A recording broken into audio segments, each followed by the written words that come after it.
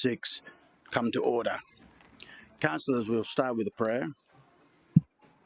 Heavenly Father, grant that we who would seek to serve you may have the wisdom of your Spirit, the guiding of your hand, and the grace to serve together for the prosperity of our city through Jesus Christ our Lord. Amen.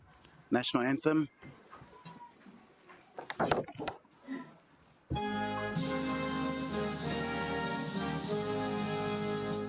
Australians, oh, let us rejoice, for we are one and free. We've golden soil and wealth for toil, our home is girt by sea. Our land abounds in nature's gifts, all beauty rich and rare. In history's page, let every stage advance Australia fair. In joyful strains that let us sing, advance Australia fair. Please be seated.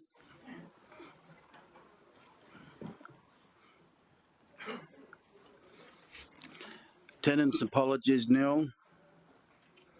Leave of absence nil. Condolences, Councillor Flower. Thank you, Mr Mayor. I move that a motion of condolence on the passing of Mrs Doris Ethel Rosemary Gibbs, OAM, be passed, and that a message of sympathy be forwarded to her children, Chris, Second Paul. is Councillor Gates. Keep going. Mr Mayor, residents of the Northern Gold Coast are deeply saddened by the passing of Mrs Gibbs, a beloved member of our community and a woman of remarkable influence. For more than 50 years, Mrs Gibbs, alongside her late husband, the Honourable Ivan James Gibbs, played an instrumental role in shaping the character and the spirit of the Northern Gold Coast region. Her commitment to the community was evident through her involvement in the foundation of Coomera Anglican College, of which her husband Ivan was one of the founders, Labrador Seniors, Labrador Kindergarten, and the original Oxenford Pony Club. She had a deep love for equestrian and horses, and the community was always at the forefront of her life. Mrs Gibbs leaves behind a legacy that will be remembered for generations. Her dedication and generosity touched the lives of many, and her vibrant spirit will be sorely missed by those who knew her well. The naming of Doris Gibbs Court in Oxenford and Doris Gibbs Park in Paradise Point serves as lasting tributes to her contribution, ensuring her memory lives on in our community. Our heartfelt condolences go out to the Gibbs family during this difficult time, and we thank Doris for her lifetime of service to the Northern Gold Coast. Thank you. Councillor, I put motion to you. All in favour, show of hands. Against, motion carried. Could you add Councillor Gates, Councillor Wilkinson, Councillor Curtis and Councillor Peter Young? Okay. 3.2, Councillor Tozer. Thank you, Mr Mayor. I move that a motion of condolence on the passing of Leslie Taylor be passed, and that a message of sympathy be forwarded to Mr John Taylor and family. Seconder, Councillor Castro. Thank you, Mr Mayor. Les Taylor was a World War II veteran and served in Korea. He served in Special Forces, and like many veterans, he kept his service record quite private from his own family, but was much loved by the Muddabah-Rabina sub-branch of the RSL and will be sorely missed by his mates down there. Mr Mayor. Put motion to you. All in favour, show of hands. Against, motion carried. Add Councillor Peter Young. Right, 3.3, Councillor Wilkinson. Thank you, Mr Mayor. I move that a motion of condolence on the passing of Cornelia Babbage, OAM, be passed and a message of sympathy be forwarded to Colin Babbage and family and the Multicultural Families Organisation family. Seconder, Councillor Patterson. It's an honour today to lead this condolence motion for Cornelia Babbage, OAM, affectionately known for many across our great city as the Queen. Unfortunately, a life taken from us far too early after losing her on and off again fight against cancer. Cornelia's title, the Queen, was one I never heard her refute, and it stayed with her because it was truly encapsulated of who she was. She was the Queen of multiculturalism on the Gold Coast, a title she continuously rose to wear with as much pride as the sparkling tiara she donned at every event opportunity. The privilege of meeting Cornelia after shortly moving to the Gold Coast was almost a decade ago. From our very first encounter, it was clear that Cornelia was someone who cared deeply for every individual in our community, especially those from multicultural and multi-faith backgrounds who had come to the Gold Coast as refugees and migrants. Cornelia's almost 2 decades of service with the Multicultural Families organisation were driven from her unwavering commitment to provide the best opportunities for those settling here in Australia. Her passion was deeply personal, having herself settled in this country many years ago on a refugee visa from a war-torn nation. She understood the challenges faced by those starting anew. Cornelia's life experiences gave her a profound empathy and understanding of what was needed to help our multicultural communities make Australia their home. She worked tirelessly to break down cultural barriers, offering the support necessary to new Australians to thrive. Through MFO, she was a champion for settlement services, youth programs, domestic violence and family support, multicultural women's services, employment and training initiatives, and a celebration of the arts and culture, just to name a few. But Cornelia's vision extended beyond support. She sought to unify. She created the annual event Leaders of Positive Change, aimed at reducing violence and fostering a greater appreciation of the diversity within our community. More broadly, as such, through tragic events such as the Christchurch mosque shooting in 2019, Cornelia was a pillar of strength, bringing our local community together to stand in solidarity with our Islamic friends at the mosque in Arundel, demonstrating her deep commitment to unity and peace upheld in times of adversity. Cornelia was a visionary, shaping the future of multiculturalism on the Gold Coast. She brought cultural change together, and with an elegant yet persuasive charm, which made it impossible to refuse her calls to action, because we all knew they served a greater cause than ourselves.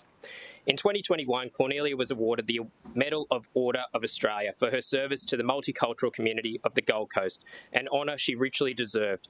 As part of this honour, I'd also like to recognise her broader contributions to the affiliations with the Gold Coast Multicultural Network and the Domestic Violence Prevention Centre Gold Coast Incorporated, which attributed towards her recognition of this medal. Yet despite this recognition, Cornelia remained humble, always focused on the work at hand rather than the accolades she received. But today, I wanted to ensure her contributions are fully acknowledged in this chamber. Cornelia's legacy will live on, not just through the formal recognition she received, but through the profound impact she had on the thousands of lives she touched. On behalf of the community I represent, I extend my deepest condolences to Colin and all of Cornelia's family. May you rest in peace, Cornelia, the Queen. Thank you for everything you gave us. Your legacy will forever be woven into the fabric of our community. Thank you. Yeah, we'll take the vote first. Councillors, all in favour, show hands. Against, motion carried. Could you add Councillor Tozer, Councillor O'Neill, Councillor Castro, Councillor Patterson? Okay. Right. We'll go to Councillor Tozer with 3.4. Thank you, Mr. Mayor. I move that a motion of condolence on the passing of Diane Van Valk be passed and a message of sympathy be forwarded to Murray Duffy and family. Seconder, Councillor Castro. Thank you, Mr. Mayor. Di passed only a couple of weeks ago now after a long fight with cancer. Her husband, Murray, has been heavily involved in the committee at the Mudgeeraba Chamber of Commerce for many years now, and we know that Di's smiling face will be sorely missed in our community. Okay. Councillor, I put the motion to you. All in favour, show hands. Against, motion carried. 3.5, Councillor Tozer. Thank you, Mr. Mayor. I move that a motion of condolence on the passing of Mr. Lewis, or Lou Reid, be passed and a message of sympathy be forwarded to Paul Reid and family. Seconder, Councillor Doran.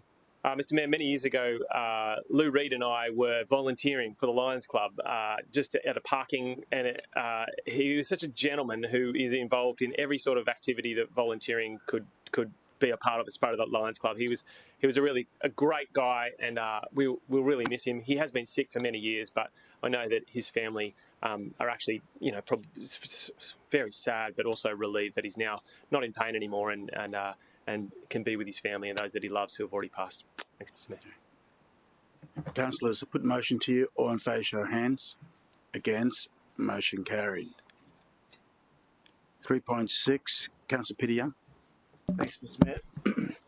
I move that a motion of condolence on the passing of Mr. Darryl Larson be passed and that a message of sympathy be forwarded to his wife, Mrs. Rita Larson. Seconder, Councillor Gates. Thanks, Mr. Mayor. I've been asked to present this condolence motion by staff of the council who worked with Darryl for some years. He was an employee of the council from 2001 until 2015, and Darryl sadly passed in February this year, succumbing to cancer, and I've got some words that his wife has written. I'll read from that.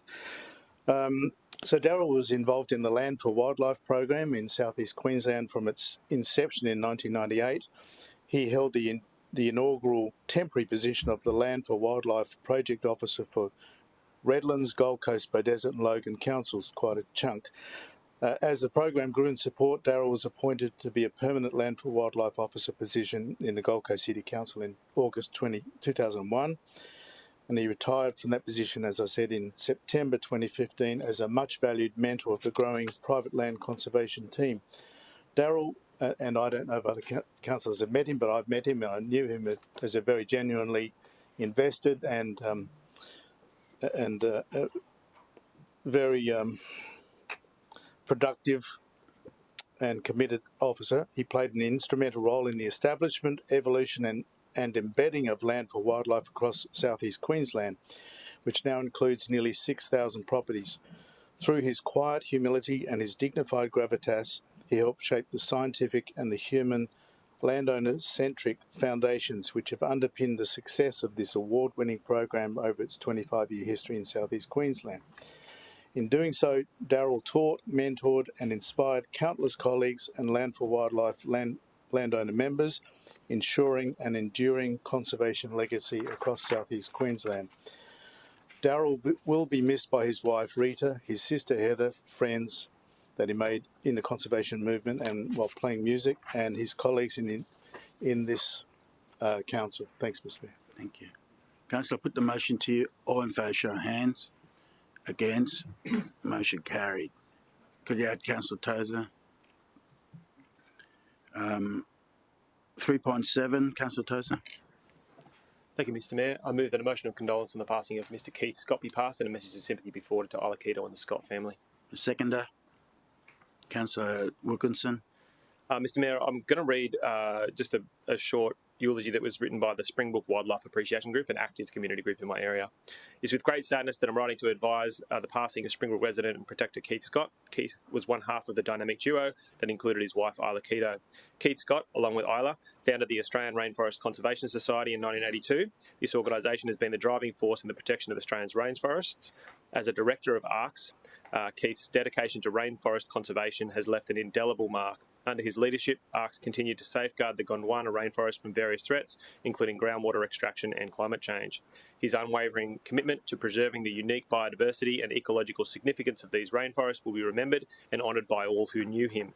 Keith Scott's legacy will endure through the ongoing efforts of ARCS and many lives he touched throughout his tireless work for environmental conservation.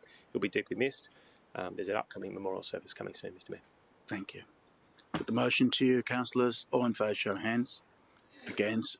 Motion carried. Councillor Peter Young. 3.8, Councillor Gates. Thank you, Mr. Mayor. I move that a motion of condolence be passed and a message of sympathy sent to the Muntz and Kleinschmidt families on the passing of Jeffrey Hugh Muntz. I'll second that. Thank you, Mr. Mayor. Jeff Muntz gave much to our city, not just as a minister in the Bjelke-Petersen government, but also in many other ways. And Jeff was a long-time member of the Rotary Club of Coomera Valley, Mr. Mayor, and he made contributions right across our city. I think most of us know that he was the brother-in-law of our former Deputy Mayor, Cole Kleinschmidt, and the brother of Cole's wife, Moira. Jeff and Cole both married Hollindale girls, Jean and Moira, and they're all pioneering families of the Gold Coast who made their mark, especially in northern Gold Coast, and the names are reflected in places right across our city. The Muntz family has also left a huge mark in our city. When president of the Coomera Valley Rotary Club, Jeff introduced the very first 2 female women into the membership, and I guess it's quite surprising to note that in 1997 there were no female Rotary members at Coomera Valley. So Jeff Muntz will be sadly missed by all who knew him, and our thoughts and prayers are with the family and friends at this very sad time. Thank you. Councillor, put the motion to you. All in favour, show of hands. Against, motion carry. Can you add Councillor Castro, Councillor Fowler, Councillor Hamill, Councillor Peter Young to the list? Condolence. Thank you. Next item, Councillors, Mayoral Minute. There's 3. 4.1 is Agreement of Friendship and Cooperation with Saint-Denis. Councillors, I move that Council approves the signing of an agreement of friendship and cooperation with Saint-Denis. The purpose of the agreement provides an opportunity for the two cities to support and explore mutual exchanges, cooperation across education, tourism, culture, and urban development. I'll add on that they are the co-hosts of the Paris Olympic, and Mayor Matthew basically was very, very generous in sharing how his city worked with Paris, and I felt that there was so much synergy between a large city like Saint-Denis, but being next to the capital, right next door with Paris, and they got such long history, and we went right through. With the generosity of his time, I just felt that a 12-month friendship agreement may lead to future city, and see how we go. If anyone want to speak against the motion, put the motion to you. All in favour, show of hands. Against, motion carry, unanimous. Councillors, the next one is key to the city, to Mr. Harry Triggerboff. A lot of you would know the amount of investment he's done in our city, delivering 20,000 jobs throughout, more than anybody in recent time, that he has shown confidence in backing our city, especially at times in 2011 when there was no movement in the sky, and Mr. Triggerboff was one of the first to do a major development in Southport, and he continued to keep going. The other parts that he's been very generous in donations to Griffith University for COVID-19 research, donation to Home of the Arts, and donation to Surfers Paradise Surf Life Saving Club. Councillors, I move that I write to Mr. Harry Triggerboff to formally offer him the honour of the keys to the city of the Gold Coast. Anyone wish to speak against that? Put the motion to you. All in favour, show of hands. Against, motion carried, unanimous. Councillors, pump track skate facilities north and south. Councillors, I move that in recognition of the community's growing interest in action sport, as demonstrated by the popularity of recent facility at Pitsea Park, including Australia's largest pump track and the first Olympic standard skate park, the CEO undertakes preliminary planning and concept design options for additional sport facility in the north and south of the city of the Gold Coast. This initiative also acknowledged the city's success in action sport at the recent Paris Olympics. 2, that initial funds of $200,000 be provided for this purpose from Mayoral WWEC laws, whole city laws. 3, that a report be brought back to a future Transport and Infrastructure Committee presenting the result of the preliminary planning and design work and identify potential location for consideration, with a view to further funding being provided in the 2025-2026 budget for delivery of the projects. Councillors, I'd say, even though I said north and south, but in clause 3 there, if there's other location that has high demand, I'd ask the CEO to look into that as well. It's a sport that is the youth really loves it. I've seen 5-year-old girls going flat out, and while I'm there, kissing the ground, coming off, and picking herself up and not a tear in her eyes and just kept going. I'm going, gee, they're building tough nowadays. And but with that, it's a great, it's the outdoor spirit, councillors, that what we do, and this part of it, it's a whole family, and from the young at 5 through to youthful age, as old as former councillor Cameron Corwell would love to use it.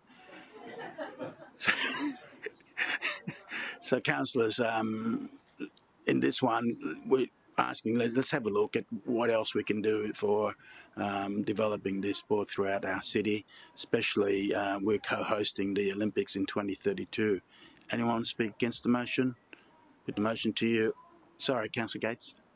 Certainly not speaking against it, Mr. Mayor, but I just wanted to say congratulations to you for actually identifying that this is something that the young people in our city really value. The incredible popularity of pump tracks everywhere, it just is amazing. So I know that Councillor Hamill and I both have new parks under construction. We'll be able to fight this one out to see who gets the funding. But there's Dixon Drive and then there's the Adventure Playground. They're both central to our respective communities, so it's an exciting opportunity. Thank you. Oh, great. Thank you for that. Put the motion to you. All in favour, show of hands. Against, motion carried. Unanimous.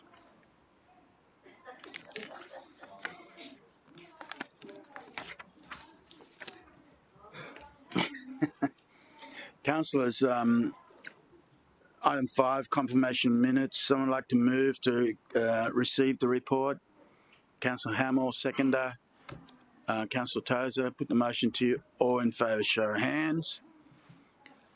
Against, motion carried. Councillors, any amendment to that? No? Move for adoption, Councillor Hamill. Seconder, Councillor Tozer. All in favour, show of hands. Against, motion carried.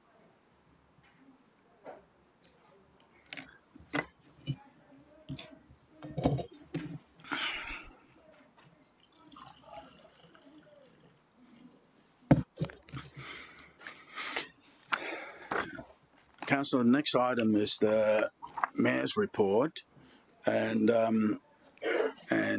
I'll throw over to Councillor Gates to do the first few items to item 8.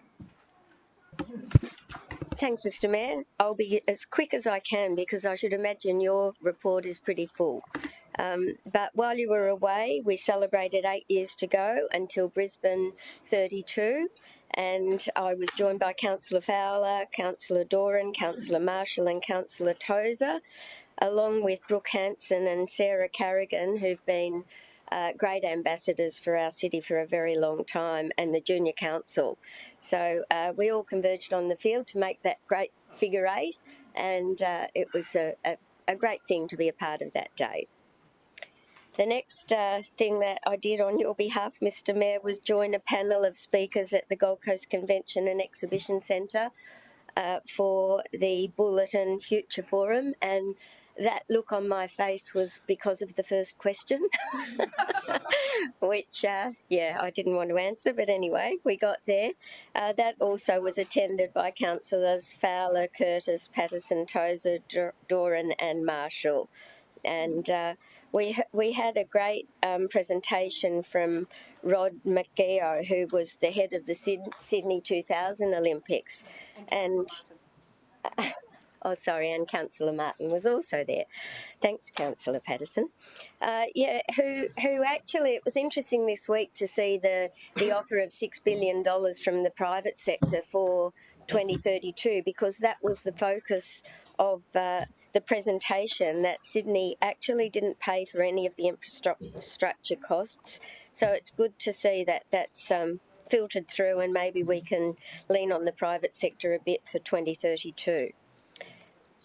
The next one was the opening night of the Bleach Swim show, which was here at Hotter. And we had the Minister for the Arts, Leanne Enoch, join us. John Warne, of course, was there with his team. And We launched the 11-day program that had events right across the city from Burleigh to the Hotter Precinct, which was operative for the whole weekend.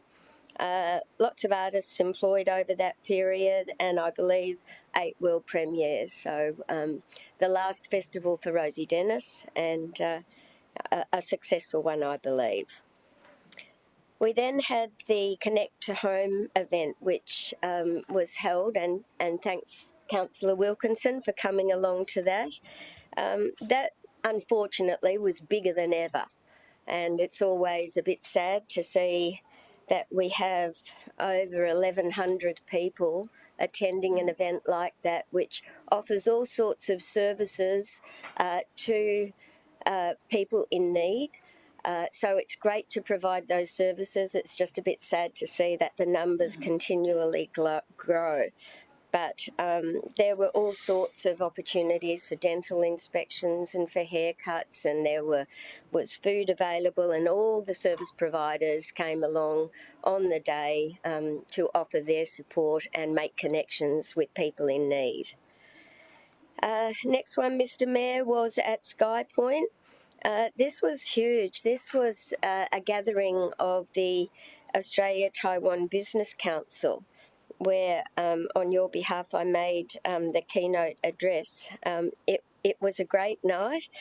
Your Chief of Staff came along, and it was a great opportunity to meet many influential people from Taiwan and to make some inroads, I think, for the city. And I have to say that the biggest thing of interest for the people at the head table was connecting the light rail to the airport. They couldn't understand why that had not happened yet, and it was a hot topic for discussion.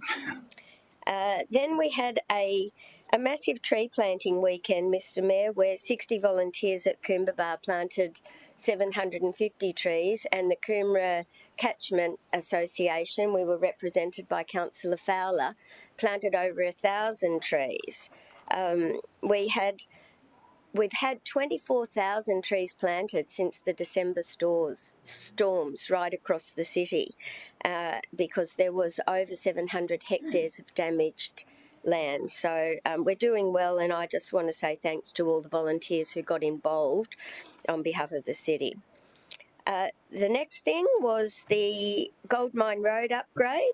That's one that Councillor Hamill's really keen to see delivered, and it's been on our 10-year program, and it's great to see that the government's come on board to help with a contribution towards that upgrade because they're actually building a storage facility for train carriages in some land off Goldmine Road. So we've got them doing the construction and council funding it. It's set to begin in the construction of that sector is set for 25. I think we've got over $6 million in our budget this year for the traffic signals and the first stage, and what was being launched by the government at this stage is the second stage, which will come later, but obviously which they're keen to announce right now in the lead up to the election. Then the Safer Suburbs Forum, Mr. Mayor. There was really strong attendance at that and participation, and I think there's a definite move by officers to encourage a greater participation from the people attending, and that certainly happened because I ran out of time and Councillor Tozer took over for me for the last 5 or 10 minutes of that meeting. So it was really informative. There were a number of presentations that were so good that we couldn't hurry them along. So it was a very successful meeting, and look forward to the next one. That's it, Mr. Mayor. Okay, we'll go to item 9. I named it Ranger. Councillors, I acknowledge that to some people the term Ranger may be derogatory and offensive. I offer my apology to anyone offended by my recent comments. Item 10, Australian Olympic flag bearer announcement in Paris. And congratulations to Jess Fox and Eddie Ockenden. Eddie is a hockey veteran from Hobart, Tasmania, and the first Aussie hockey player to compete at 5 Olympic Games. And Jess is the first Australian canoe slalom athlete to compete at 4 games, and she went on to win 2 gold medals for the canoe and kayak events at Paris. So congratulations to Jess. It was a wonderful ceremony, and it's a great honour to be there to watch the honour bestowed upon our 2 best excellent athletes. Then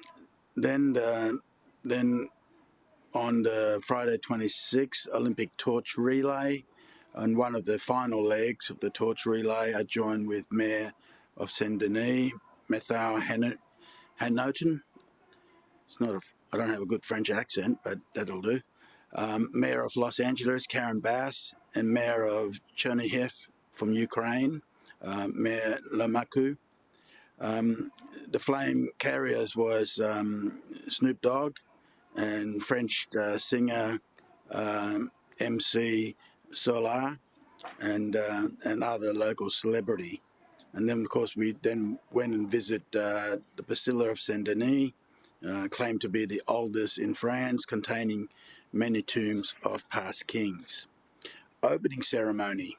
I joined Her Excellency, the Honourable Dr. Janet Young, Governor of Queensland, Andrew Liveris, President of the Brisbane 2032 Organising Committee, and other Olympic mayors as well. And of course, nearby, Emmanuel Macron, President of Paris, pointing to us because we were waving to him, and Thomas Bach. And it was wet, tell you that. Luckily that we got there a bit earlier and we moved as close to the shade as we can, so we weren't as soaked as everyone else. I think Mr. CEO enjoyed the rain right through because it was in another section. And and as you can see on TV, it was fantastic. And it was made for TV, I reckon. And from our point of view, we were basically sitting in the rain watching it's a bit like you're out in the porch in the back of your house, put your TV out the back, it's raining, and you're sitting there watching the TV. And we waited till some athletes came in because some of the athletes were so soaked that they're competing soon and they didn't want to be sick. Meeting with International Canoe Federation, caught up with Thomas Kaneku, ICF President, Richard Petitions, ICF Secretary General, Phil Jones, Paddle Australia CEO, and Ken Wallace, Deputy Chief de Mission. This was an opportunity to discuss upgrades of our Gold Coast facility for international events. So I've asked the Federation what is their 10-year strategy in bringing events and training camps to the Gold Coast. So that's one that's gonna go nicely. Then we went to Oceania National Olympic Committee's reception. Dr. Robin Mitchell, President of Oceania National Olympic Committee, hosted this session at New Zealand House, and it was quite good. It was at the Marriott Champs-Élysées. And here's a fun fact. There's Great Britain House, USA House, but there was no Australia House. So it's something we've got to learn. I feel like we're going to have a Gold Coast House at the LA 2028 if the Australians don't do one. So the event emphasised the importance of sport in advancing sustainable development in Pacific region. World Skate meeting. So World Skate is the governing body of skateboarding and roller sports. Met with the World President, Sabatino Araku, and other members of his executive board. We discussed the potential partnership with the city in hosting of future events and camps with future announcement imminent, along with Olympic certification of our infrastructure. They are trying to do something quite phenomenal throughout the world. They're only selecting, I think, 6 cities, and it's a good chance that we will be one of them. So that's another one that we'll watch this space. And then that evening, went and watched the 400-meter freestyle at Paris La Défense Arena. Ariane Titmus defended her Olympic gold medal in the 400 women's freestyle, back-to-back success. And this was the first Aussie swimming team gold medal for Paris Games. And of course, that lifted the momentum right through for the Aussie team, not just the swimming, but right through the games itself.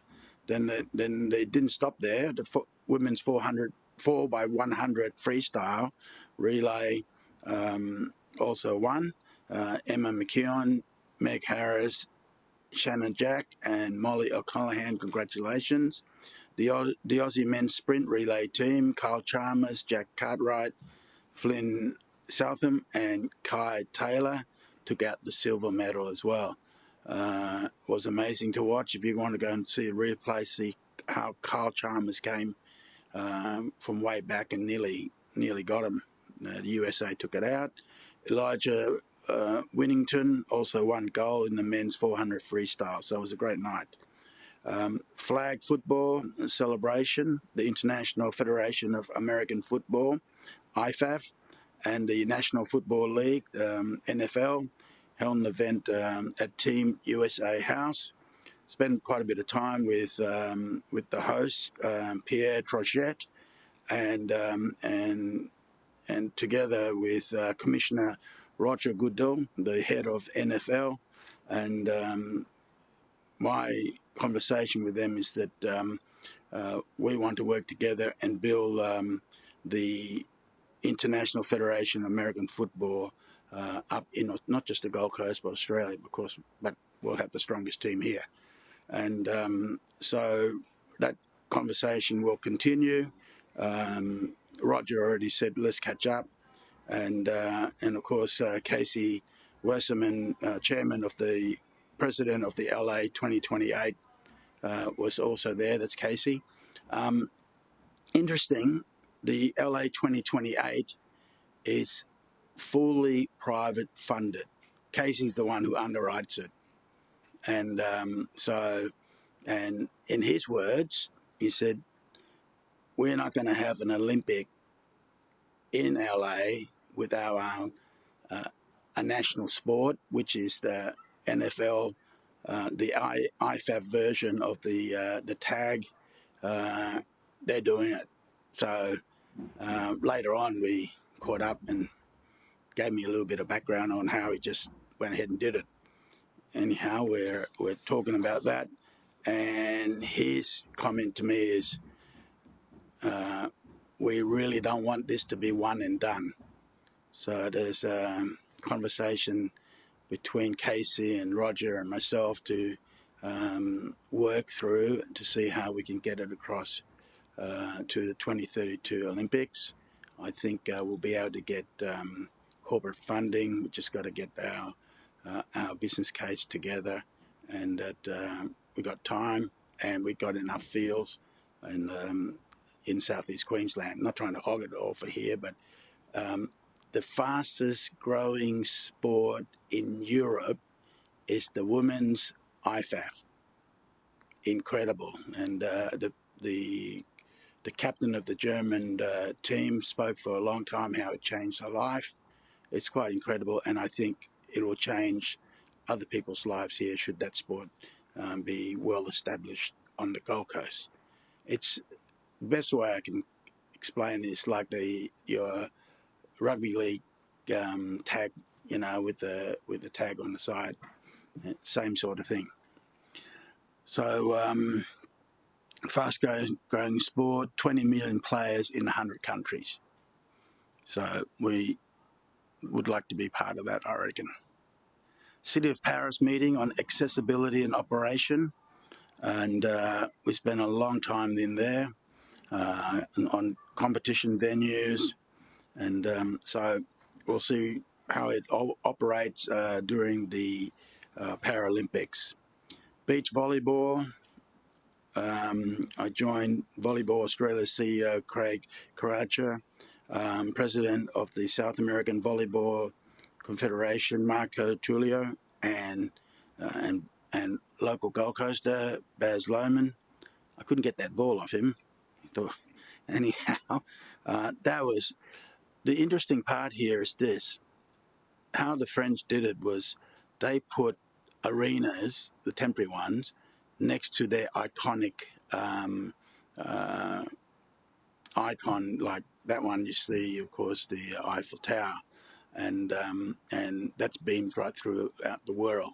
And so you would think our beach volleyball would be on the Gold Coast, wouldn't you, to beam our beach throughout the world as well. So let's see what happens there. We watched the Aussie play USA, and they got us on the day. Two of the athletes' Olympic Village met with Chief the Mission and the Mayors, and went through and looked at the village. I thought Kenny Wallace was telling me the day before that they're sleeping on cardboard beds, and I thought he was pulling my leg, but it is cardboard beds. So I didn't try to lie on it because I didn't want to break it. So, but either way, it's interesting how sustainability and all that. I caught up with a lot of athletes there. That's Mayor Rosanna from Sunshine Coast. Right, BBX Freestyle. We went there to have a look at La Concord Arena outdoor, and so I think we watched Chloe on there, and Logan Martin. We also watched him across the other side. He qualified that day for the finals. So then we that night went to swimming events, and we were hosted by EGAS. EGAS is a major international player in design of major sports and event facilities, and they've done a lot of work since London 2012. And so I'd be keen to talk to them about anything that's temporary. There's no legacy whatsoever. So if there's a opportunity to build something permanent for long-term legacy, then we should do so. So we also witnessed the women's 200 freestyle. Once again, Australia shown. Molly O'Callaghan and Ariana Titmus. Molly got gold and Ariana got silver, 1-2. And another highlight was Kaylee McEwen, 100-meter backstroke semi-final, and she went on to win the gold next day. I'm trying to keep it brief. Then we went to check out women's soccer. Matildas in Marseille. Matildas play USA. They got us by 2-1 margin, and we did caught up with Peter Philippoulos, Chief Corporate Affairs, and James Johnson, CEO of Football Australia. And a deal's coming to see if we can do some international game here on the Gold Coast. I can't go in more details than that because he's working it through at the moment. World Aquatics. Then I went back to Paris, caught up with World Aquatics CEO Captain Hussein Al Masalam and other executives, and the idea there is that I follow up with the meeting that when he was here, and yeah, I nearly bought that for you, Donna, and but anyhow, I ran out of money, so I didn't do it. But so we both mooted the idea of 2028 World Championship short course to be here at Southport Aquatic Centre. He's already sent all the documentations. We've got to get our officers to go through it, and then we'll bring it to council to see what you think. My attitude is if we're good enough for the World Championship, surely they should rethink about the Olympic for the swimming instead of a temporary pool arrangement in Brisbane at the moment. Reason you talk to athletes, Paris has a drop-in pool as well, and you didn't see many world records. You got Olympic records, but the pool was slow. So if you go athletes comes first, you'd want to swim in Southport. So anyhow, on that part of it, let's see if we are in the running. If we are, then that's another advocacy about talking about our aquatic centre. Paris city meetings. We had a few of those. This one was the transport and mobility, which is probably the most crucial. They got the underground. They were fantastic. You can you go to underground, you pop up the other end, get your steps in, and you can move around pretty well. So, and they did the same mistake as us in the Commonwealth Games. As you recall, Peter Beattie said it's going to be mayhem, traffic's going to be everywhere. Well, they did that in Paris as well. So all the parishioner left Paris. And after, I think, first week or 3-4 days, I can't remember when, they got the news and they were coming back. So let's not do that mistake again. Then Brisbane Embassy reception. That's Her Excellency British Ambassador, Dame Mena Rowlands, and talks about basically how it's not just a game, it's about business to business and how we can build that up. Those guys are the people who actually thought through on building, designing a stadium from 2018, and they still continue to do it. And the French utilised their expertise. They spoke really well, and the reason I took that photo is because I think we should say hello to those guys and see what ideas they have for the 2032 Olympics. Then we go to Saint Denis Art and History Museum Olympic exhibition. So they put that on, and we went right through. So a celebration of their history, of their Olympic history. That's my mate, Mayor Mathau, and anyhow we got on well. So it's nice that I'll be able to say to him that we'll do the 12 months friendship. Paris City meeting again. Events and festivities, and that's what we did in the Commonwealth Games. We had a lot of festival, the 4 or 5 days before and 4 or 5 days after. And the idea is to keep people there longer than just the Olympics, and they did the same. And their festival was so good.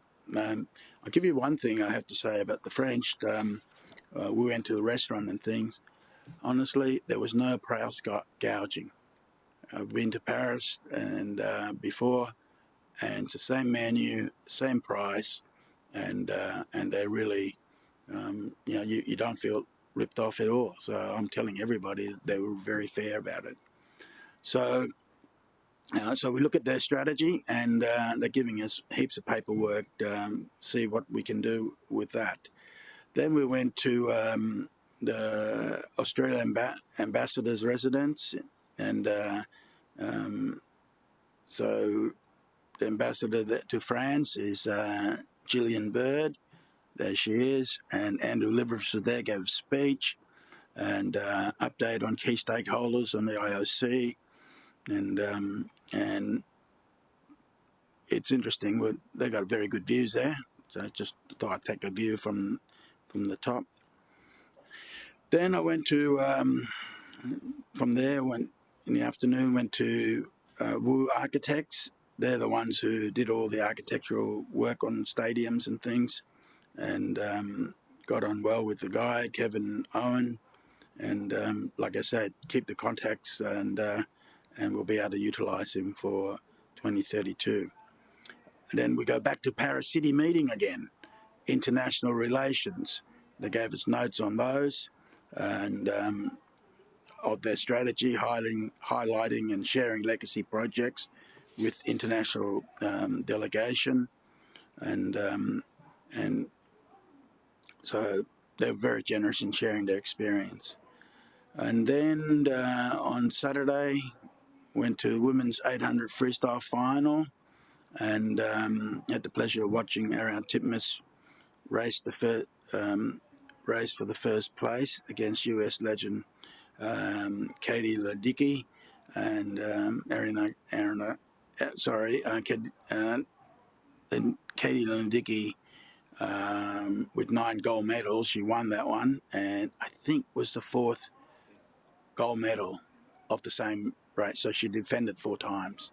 I don't think anyone's ever done that in any sport. So, am I right? Certainly not in swimming. Not in swimming anyway, yeah, all right.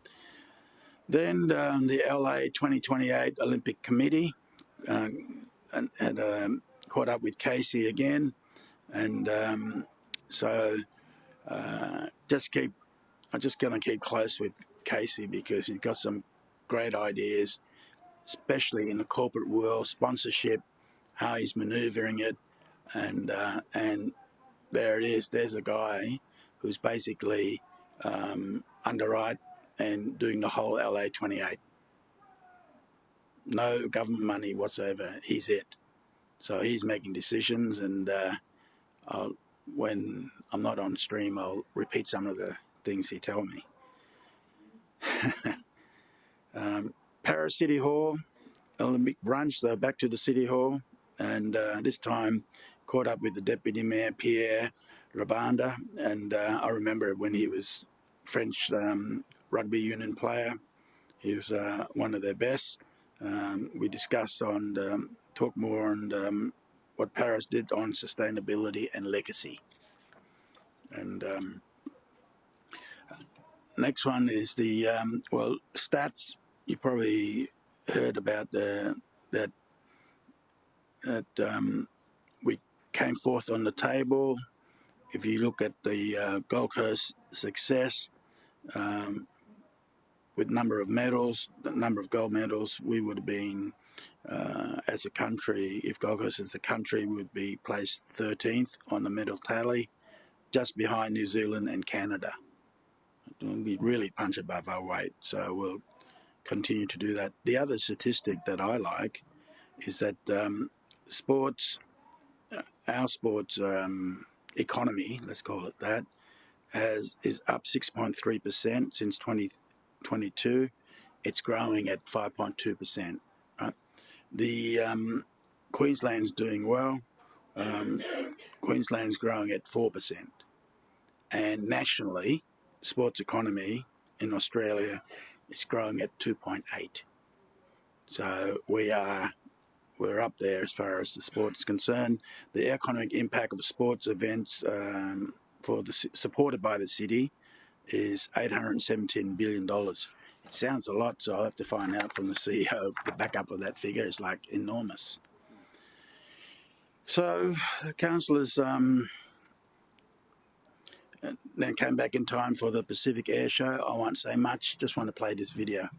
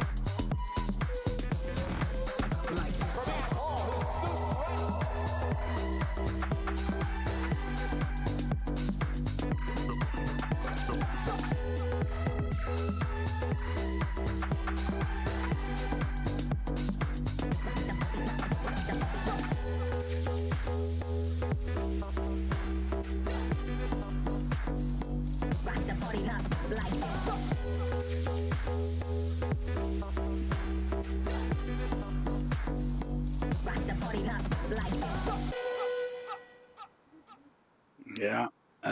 We'll wait to get the actual figures from Experience Gold Coast and Pacific Air Show. But I can tell you that last year's figure was $25 million in economic value. We'd have blown that out of the water. Hotel occupancy and surface were 100%, and the rest of the city is 95%. But apart from all of that, the expansion of the beachfront there was 500 metres. It didn't look like we expanded it at all because it filled up. The best I like about the Pacific Show is this.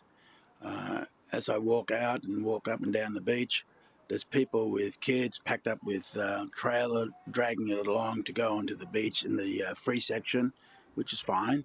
And so it's something for everyone from all sorts. And everyone enjoyed themselves. We were so blessed with the weather. And I'd say I know what Kevin's got in mind, so next year is going to be even more exciting. So it's we're very blessed that we've got this event now, and we just got to monitor it. We've got another 3 years to go, and so you know it's always normal to negotiate well before the contract ends. We don't want Bondi pinching it. Only kidding. Councillors, last item was advocacy at the Special Council meeting in March 2022. We highlighted 3 projects for me to continue to advocate. There was Gold Coast Light Rail 4 and next stage of the Gold Coast Cultural Precinct and Greenheart. In this one, councillors, that I think we got to think about adding the indoor entertainment and sports arena. And so as time comes by, timing-wise, we'll see who wins government, and then we just got to be shovel-ready to get going on that. Councillors, I made that as short as possible. Honestly, there's so much more data in there, and I move that my Mayor's report be welcome and noted. Second to Councillor Gates. Putting the motion to you. All in favour, show of hands. Against, motion carried. Unanimous. Councillors, clarification? Nil. Thank you. Business arising from the minutes? Nil. Presentations? Nil. Conflict of interest declaration? I think it's nil. Donna? Nil. Oh, good. Councillors, let's go to Planning and Regulation Committee. Councillor Hamill. Mr Mayor, with your indulgence, since Councillor Doran chaired that meeting, I wondered if we might pass to him to okay. today. Councillor Doran, over to you.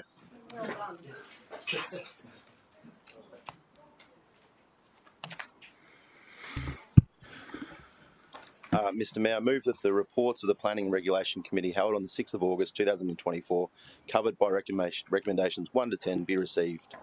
Seconder, Councillor Gates. Put the motion to you. All in favour, show of hands. Against, motion carry. Councillor, any item you want to deal separately? Councillor Doran.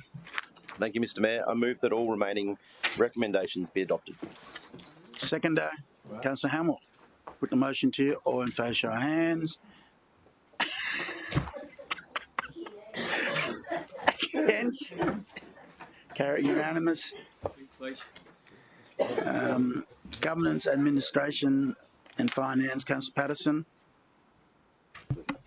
Thank you, Mr Mayor. I move that the reports of the Governance, Administration and Finance Committee held on the 6th of August 2024, covered by recommendations 1 to 8, be received.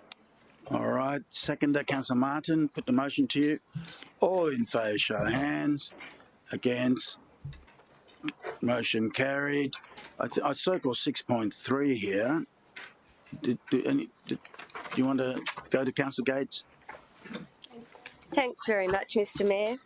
At committee, Mr Mayor, I moved a change recommendation, which I'd like to further change today. So if I put the motion up, I'll then speak to it if that's okay. So one would remain the same, which is that Council notes the reporting framework and templates under which Experience Gold Coast Proprietary Limited will be required to present to Council as part of its annual reporting requirements. It's just, sorry, it's just the one. And my number 2 is that the Experience Gold Coast 24-25 budget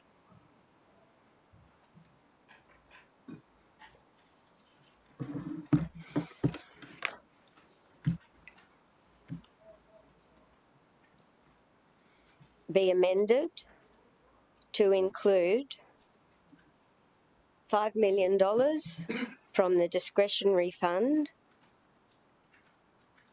within the services and funding agreement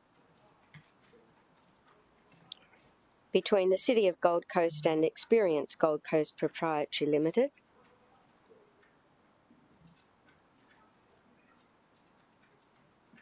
comma, with funding to be allocated at the next quarterly review in September.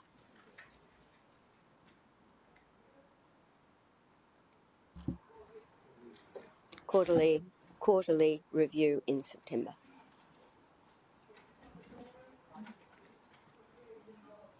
And there's no 3.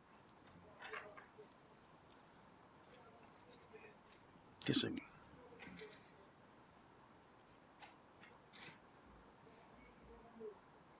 So moved, Mr. Mayor. Okay. Who wants to second it because they believe in it? Nobody seconded it. Councillor Patterson. Mr. CEO? Thank you, Mr. Mayor, through you. So I actually don't think that's lawful because Experience Gold Coast is an independent entity with its own funding agreement. We would have to seek to Experience Gold Coast's approval to amend a funding agreement that's already in place. Even though I'm sure that they would be amenable, Council can't move an amendment to a funding agreement which is in place. So we can investigate it, we can come back and tell you whether we can't change a funding agreement on the floor of Council. It's between us and a third party. So it will require agreement. I'm happy for the General Manager to talk to it, but that would be my understanding. Yeah. Instead of amended, Councillor Gates, that the Experience Gold Coast budget that we offer. I'm happy to not amend the. There were some savings, Mr. Mayor, as you know. I know.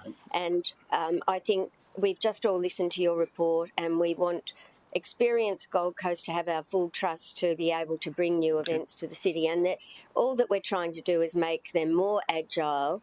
And there was funds to be accessed through the current agreement, but if there's another source of funding that doesn't refer to the agreement. Let me go to our legal.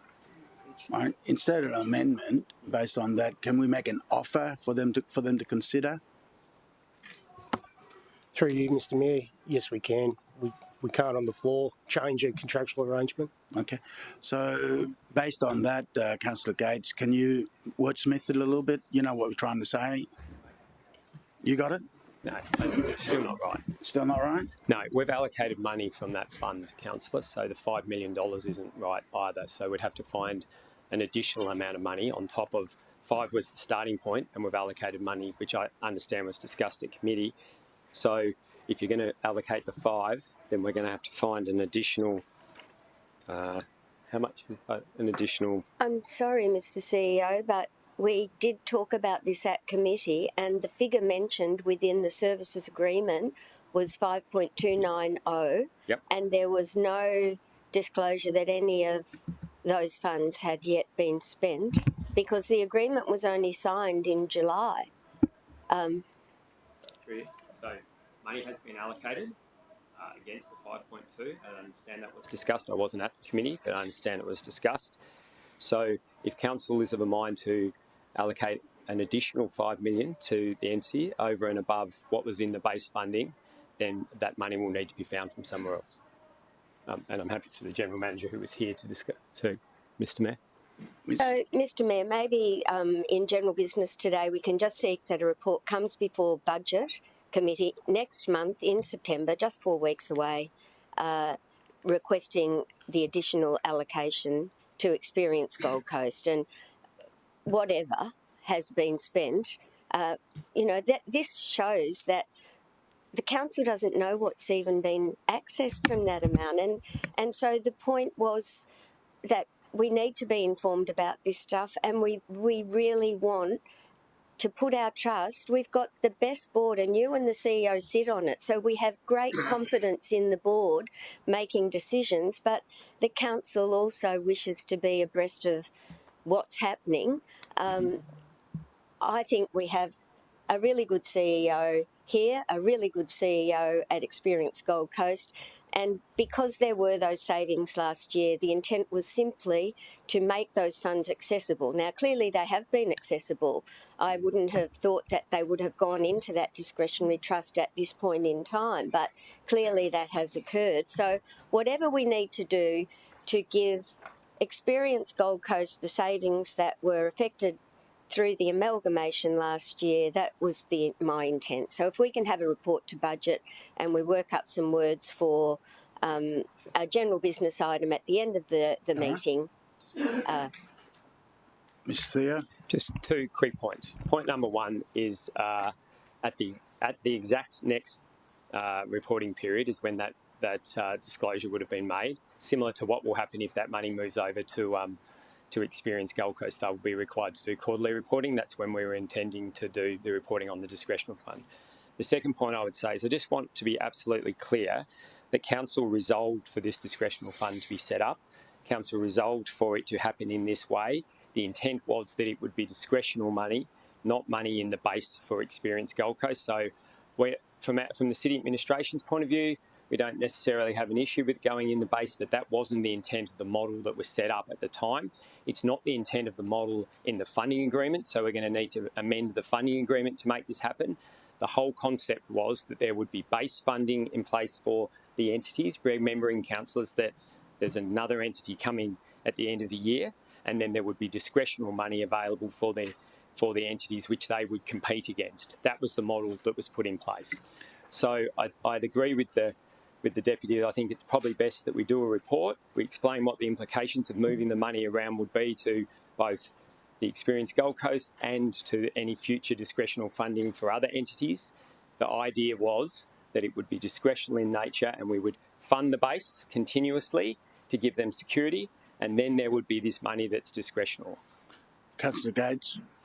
Mr Mayor, I think the only point worth mentioning at this point is that what the council didn't understand was that access to that discretionary fund would then be considered by a panel of council officers and not, it did say the office of the CEO, as I recall it, and I don't know that that was the intent of the council.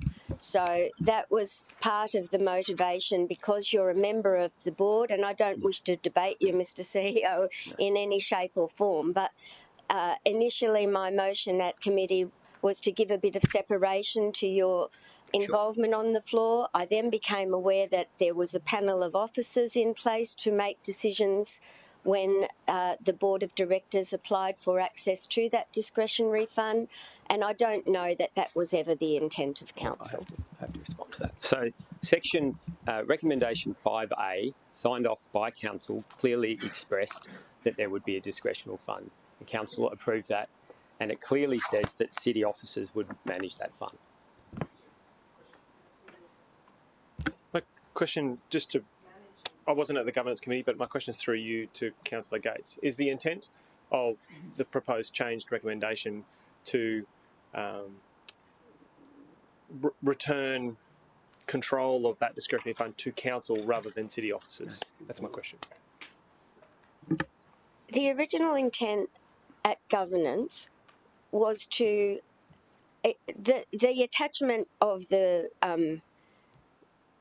agreement indicated there was an amount of $5.290 million. The Mayor's just spent 3 weeks working his heart out in Paris, and you've just seen all of the events that are new opportunities for the city. So the intent was, and you may recall that I tried at budget to give Experience Gold Coast access to those funds at that point in time, and that would have resolved the situation. But because it was in the discretionary fund, and I admit I don't have a full understanding, I did ask at committee if the services agreement could be amended, and I was told no, that it had been signed. I still don't see why it couldn't be amended with the agreement of both parties, but I believe maybe I was not advised correctly in that instance. But the intent was to have additional funds that I thought were already captured for Experience Gold Coast and to give them access to it in the most agile possible way. And at the time I said that for it to come back to council, but then when we only have one committee meeting a month, that's not the most agile way either. So I discussed it with the Mayor, and I believed we could make a budget change at full council if it were a decision of the council, as long as it was referred to the quarterly budget review.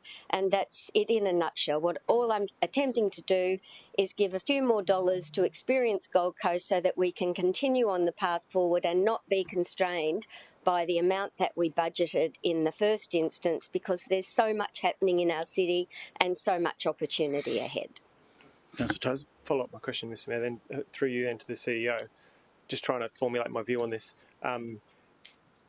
It sounds like Councillor Gates is seeking for Experience Gold Coast to have that discretion, and the board of Experience Gold Coast would make a decision about that, as opposed to City Council officers separately having some discretion to allocate those funds to certain projects that come up, maybe even in partnership with Experience Gold Coast.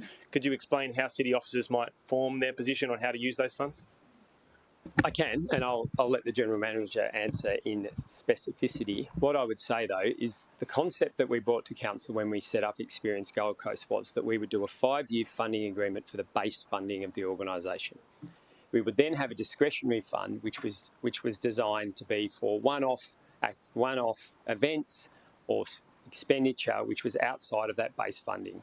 And when the report comes in the next round, you will see that there are a number of events which Experience Gold Coast were able to obtain that they hadn't already planned for. So that's what they're using, I think what was described as a small amount of money. It's $5 million of money annually, right? And that was designed from the savings. So, and the reason that we wanted it to be discretional was A, so that we could give guarantees about the ongoing funding, and they could just get on with anything that's planned, they can just get on with, and they can sign long-term deals. But the second one was around this concept of it being discretionary and competitive, and a competitive fund. Now, the Deputy is right, and I sat in all 23 of those, I think it was 53 of those meetings that we had in Paris. It might well be that some of those things that Mr. Mayor has been working on behalf of the city might be funded through Invest Gold Coast, not through Experience Gold Coast. So the idea was to separate the base and have some in the middle, which was competitive against entities, and maybe even the city for if it was a city-based, community-based event. That was the concept. So I don't have any issue, and the city administration has no issue with the intent of what the Deputy's saying. All I'm saying is I think it would make more sense for us to go away, provide Council with some advice around what the implications are of abolishing the discretional fund and moving it into the base of one of our entities, which we're now in the context of having 3 main entities being Invest, Experience and Brand. So I think we're close. I just wouldn't jump to there at the moment. And the other thing is, as I've said, there's been money allocated out of the budget, out of that discretional budget, as is completely appropriate, and it's going to be reported in the first reporting round. So the $5 million doesn't. There's less than $5 million in the fund at the moment. So I want to get very clear: is the $5.2 million currently an operational or reserve of the city or of Experience Gold Coast Proprietary Limited? Of the city. Right. Is there anything in the officer's recommendation with this item that would prevent what you've just committed to doing, which is coming back with some advice at the coming quarterly budget review? Like, is there anything stopping us from doing that? Were we to resolve the officer's recommendation? No. and I'm happy to undertake that we'll do that. Mr Mayor, with that in mind, I'll foreshadow the officers' recommendation. I feel confident that the officers will come back to council and discuss how that $5.29 million might be allocated with a bit of competitive tension. And given that assurance of the CEO in full council here, live stream to everyone, I feel quite sure that once we hit special budget committee, council will be able to make a clear decision on it. And I don't think it will prevent you, Mr Mayor, from influencing the outcome based on the meetings that you might have had in Paris or other things that come up. Okay. Which is, in fact, the committee recommendation. So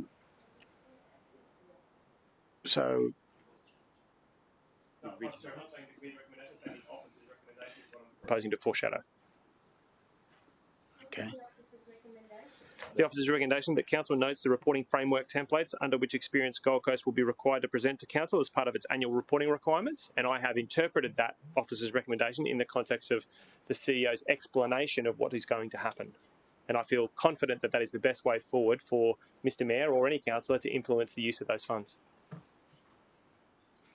So the difference there is that yours got item 2, am I right? There's been a 2 added to the officer. I mean, that 2 that councillors be advised in writing, that wasn't part of the officer's recommendation. So that's why I'm confused, Councillor Tozer. Yeah. So Councillor Gates, what's your motion at the moment? So there's 2 up there. Well, Mr Mayor, I still don't understand, and I don't want to delay the meeting, but I still don't understand and I don't know how much of the funds have now been already accessed by Experience Gold Coast, but if it's sitting in a council reserve, why can't we allocate funds at the next September review? Because, councillor, the allocation of those funds is done via a funding agreement, which is an agreement between the council and a private entity. That's what Experience Gold Coast is. This council, even though it's in the positive, and you would expect Experience Gold Coast to say yes, we can't compel Experience Gold Coast to change the funding agreement. As you've said out of yourself a moment ago, it will require mutual agreement to change that agreement, whether it's positive, negative or not. We have an agreement with an independent organisation, and so this council cannot resolve to change that agreement unless it's via mutual agreement. So, and I would also say, as I said, the $5 million, and I just come back to the point, the funding agreement itself will need to change because it's set up around base funding and discretional funding. So I would like to get council some advice on what removing the discretional component would mean, and I'm happy to come back in the next round and provide that advice. All right. So the motion 1-2 on the top there, are you happy with that? Yes, Mr Mayor. Okay. All right. Who's seconded for that one? Forgot. Councillor Patterson, was it? Yep. Put that there. Is that all right, Dan? I also do not want to delay the meeting, but the problem with 2 is that the issues that the councillor has already indicated. That means that the money from the discretional fund will not be able to be allocated unless it comes back to full council. And that will slow the process down significantly. And to be honest with you all, and to speak plainly, it will put events at risk. Because the way this works, as Mr Mayor knows, is that we get offered events and we get very limited time to be able to say yes or no.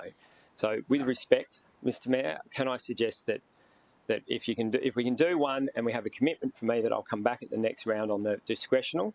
So that's just leave 1 in, and I'm more than happy to do that. But by leaving 2, you're basically delaying any decisions around access to that discretional fund for 3, unless we call special council meetings.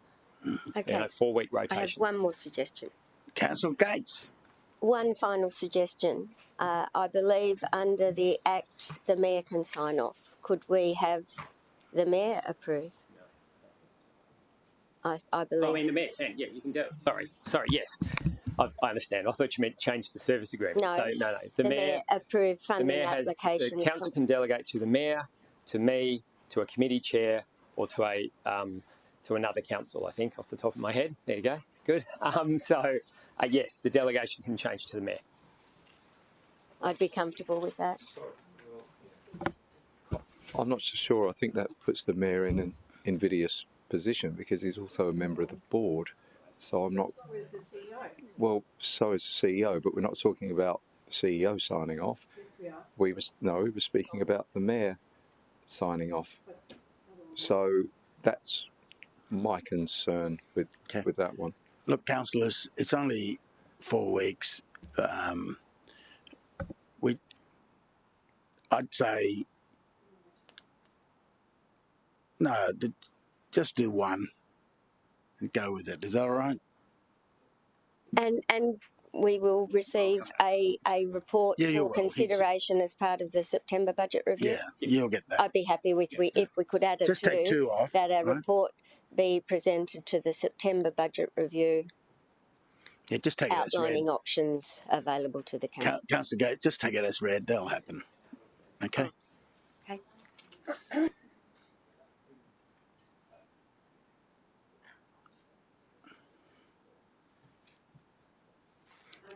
No. That's what I'm here for.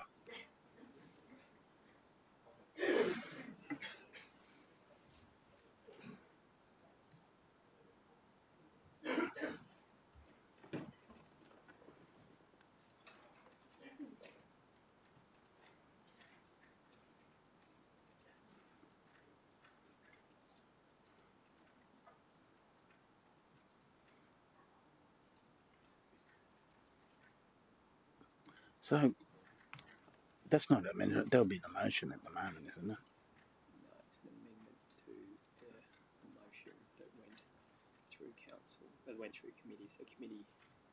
We're not doing a committee recommend. So the committee recommendation was amended. So that's the one that's on the screen in the committee. So this is an amendment to the committee's amendment. Okay. And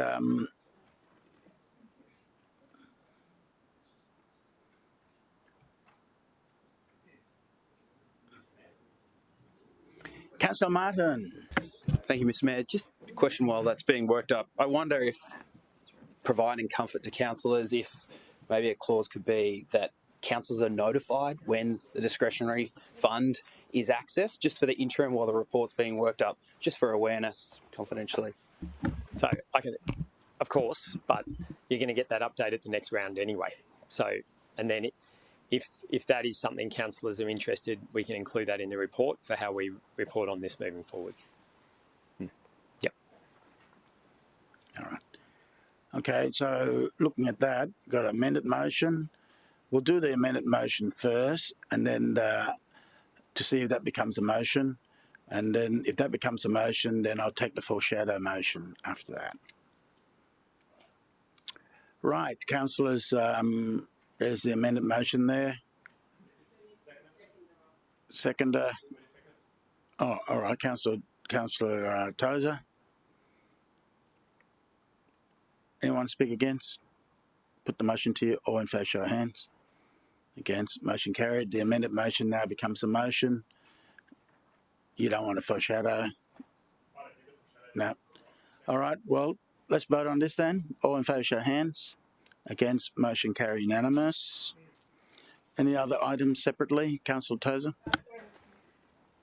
No, I just hear. Sorry? 6.4, Mr. Mayor. 6 point. Oh, okay. Councillor Patterson. Thank you, Mr. Mayor. So regarding 6.4, I just wanted to raise a matter. An email was sent by the lead petitioner to all councillors yesterday alleging that I have a conflict.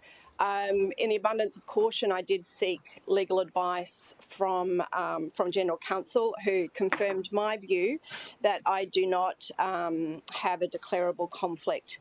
I just wanted to state what they were considering there was a conflict in, and it was relating to my great-great-uncle, who was leader of the Australian Labor Party, the youngest High Court judge ever to be made, lead architect of the United Nations during World War II, and later the establishment of Israel, and then later because of that work, President of the United Nations.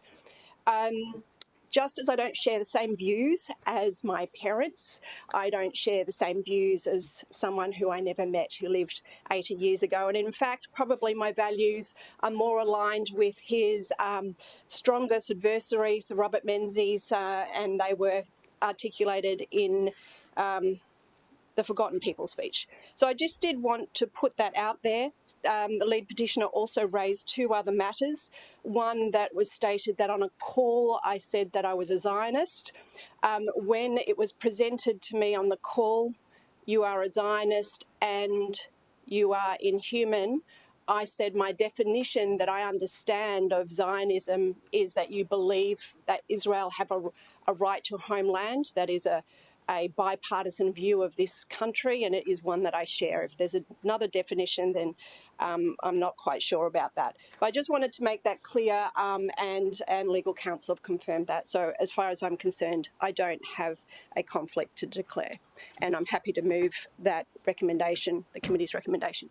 All right. And Councillor Gage, you still happy to second it? Okay. Just while you brought that up, I know the email you mentioned, and to kind of highlight that I've got a conflict or something. I basically have a quick look at it. I don't understand what the fuck they're talking about. So, does anyone think I got a conflict? Good. Okay. Councillor Tozer? Thank you, Mr. Mayor. I just have an amendment I wanted to move, if that's right, Mr. Mayor. Yeah, how about we hear from the motion first, and then we'll go for your amendment. Of course. Councillor Patterson. Thank you, Mr. Mayor. I thank the officers for their work on this recommendation, which was accepted unanimously at the Governance Committee. I would just like to read something from that recommendation from the officers. Sister city relationships are typically long-standing relationships that sit outside of the political cycle and political issues. While sister city relationships can indirectly support broader diplomatic goals and international relations, sister city partnerships are fundamentally non-political in nature. They aim to promote people-to-people connections, grassroots diplomacy, and community engagement. Council sister city relationships have been established to foster cultural, economic, educational and social exchanges between the two cities. It is acknowledged that the petitioners hold strong feelings about the City of Gold Coast's relationship with Netanya. However, the Sister City Agreement is a non-political, friendship-based agreement which does not give rise to the notion of complicity, nor is it an instrument that can be used to influence events outside the city's control. Therefore, it is the recommendation of city's officers that the Sister City Agreement remains in place. And with the recommendation, Mr. Mayor, I do support the officers' recommendation. I think if we were to add any additional words, it's just going to be fraught with danger. It's clearly a sensitive matter for people, the Jewish community, and for the supporters of this petition. So I do support the officer's recommendation. Okay. Anyone speak against the motion? Councillor Peter Young. Mr. Mayor. Obviously a very difficult matter for us, and I do appreciate the officer's report, and I'm inclined to support the position in regards to this not being a political matter, that we've got to divorce our personal feelings from the sister city relationship. So in this case, I have long-standing friends who are Palestinian. I love them to pieces. I've never been to Netanya. I understand it has very similar economy and lifestyle that we enjoy, and so it makes sense that we have that connection with them. But we likewise have sister city relationship with cities in China, and I might say, well, I'm really concerned about the activities of the Chinese government in the South China Sea and against Taiwan, and yet I'm not advocating for us to divorce those relationships. However, in this case, I am unable to support the motion that we continue. I do believe that we should be using this friendship arrangement to encourage the mayor of that city and his council to recognise that we have grave concerns about what is going on. But that's my position. I'm not trying to influence anyone else. I'll leave it at that. Okay. Speaking for the motion. Anyone there? No. Councillor Tozer. Mr. Mayor, I just have an amendment which retains 1 and 3 and just adds a 2. I've provided to the Chamber support. If you're comfortable accepting my amendment, I'll speak to it very briefly. Any seconder? Councillor Martin, go ahead. Mr. Mayor, for 10 years, this council resolved that I be the representative for the city with the World Kindness Movement and also the Charter for Compassion, both of which are global movements talking about kindness and compassion. And during that time, we were named the World Kindness City, the first ever World Kindness City.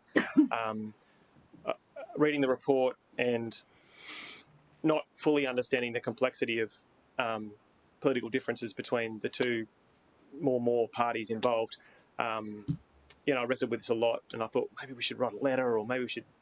But I really did take to heart the report authors' commentary around staying out of apolitical things. But I don't think it's remiss of us to express compassion. Frankly, there's a really difficult situation that I'm blessed in this city to know Palestinian people and people who are sympathetic to the Palestinian movement, and I'm really blessed to know people who are Jewish and are sympathetic to the Jewish people and Israeli interests. And I really don't know how to process that, nor do I really think that a CCC arrangement should. However, I think it's appropriate for our city, being the first ever World Kindness City, to express that compassion for what is a really difficult situation, acknowledging the two parties that are clearly involved based on the material provided to us. And rather than write to anyone, we just express compassion and sympathy for those impacted by that conflict. It doesn't mean we have to put that out in any sort of press release or write any letter. It just means that we, as a city, want to reach out in empathy to people who are going through a really difficult time in a complex situation that is far beyond the realms of, the authority of our council. Thanks, Mr. Mayor. All right. To close, you want to go back to you to close? Thank you, Mr. Mayor. It's an extraordinary matter, a matter that's effectively one of foreign affairs has been brought to our local government. Sister city relationships, as we know, are non-political.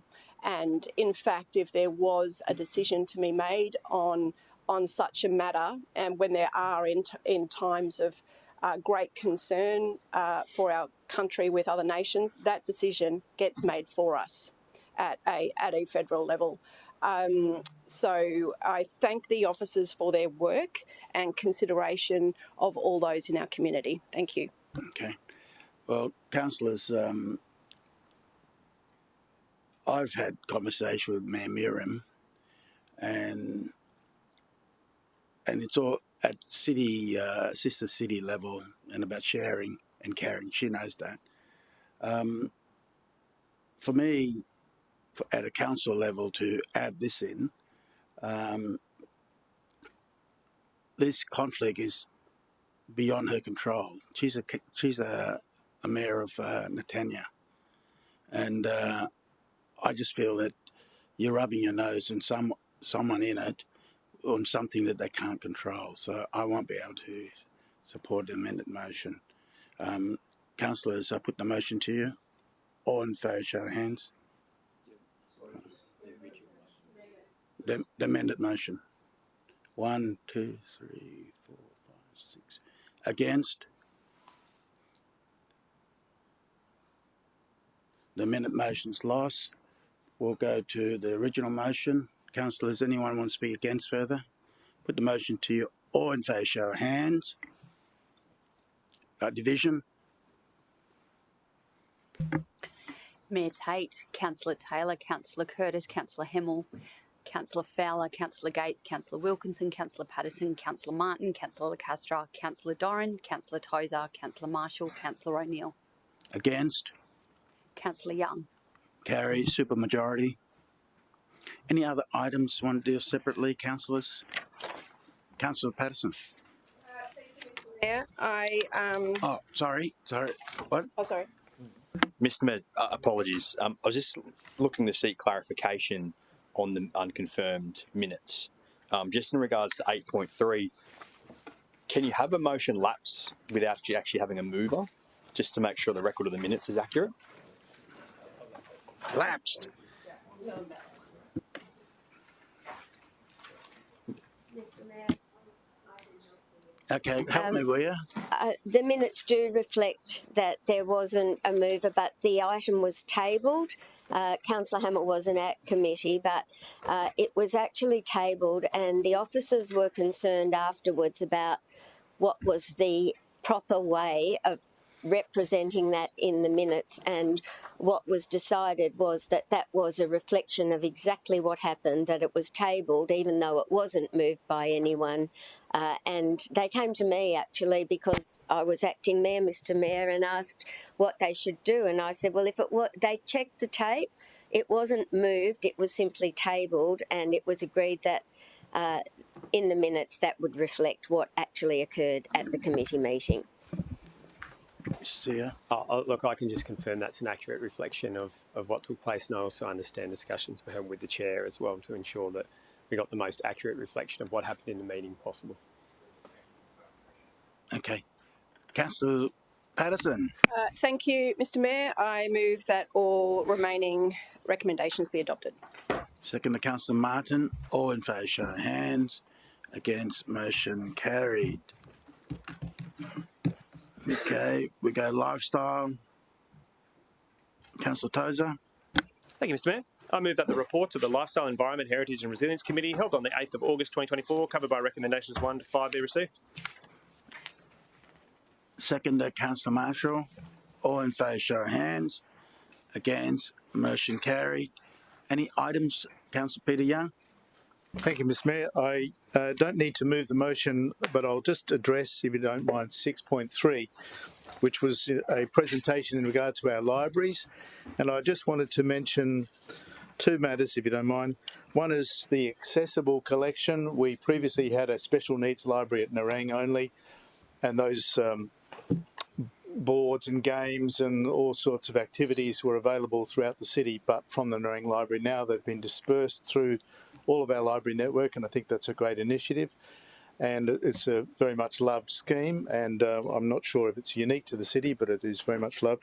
And the second thing I wanted to mention about the libraries, which I do love, was the important role that they played in facilitating our community to feel safe and get together and be looked after the storms and other devastating natural effects that we had earlier this year when we opened the libraries and everyone was able to come along and enjoy the air conditioning or recharge their phones. I think it was a really important function. And I thank the CEO and his staff for initiating that. Thanks, Mr. Mayor. Thank you, CEO. Any other items to be dealt separately? Councillor Peter Young? And if you don't mind, I'll just address 6.4, which is about biosecurity, and there was a presentation made and there are notes attached to our minutes. I'm getting a lot of reports about feral deer in places like Warnaba, Maudsley, and it is a really difficult problem for landowners and for the council, but it's escalated whereby we've got herds of deer on roads and there's been accidents, and these are big animals in some cases, and there's got to be a highlighted focus on the deer, I think. I know we've got a range of significant other problems, including mosquitoes and imported fire ants, for example, but I think the feral deer is a problem. And what I'm sensing in the community is a deep level of frustration about how we're not able to do much. And I know that council's limited to controlling activities on its land, and each property owner is responsible for managing deer on their land. But of course, these animals are moving around pretty quickly. But it was just that I wanted to bring this to your attention. And through you, Mr. Mayor, I'm happy to come back with a report on deer. I completely agree with you. As you would know from my previous jurisdiction, we had similar issues, so I'm happy in the next round or in a future round, Councillor, to come back with a report. We are very limited, though, in our powers in local government, and it's going to require strong advocacy to the State Environment Department, who ultimately have responsibility. Through you, Mr. Mayor. Thank you very much, CEO. I think that'd be very much appreciated. Any items you want to deal separately? Councillor Tozer?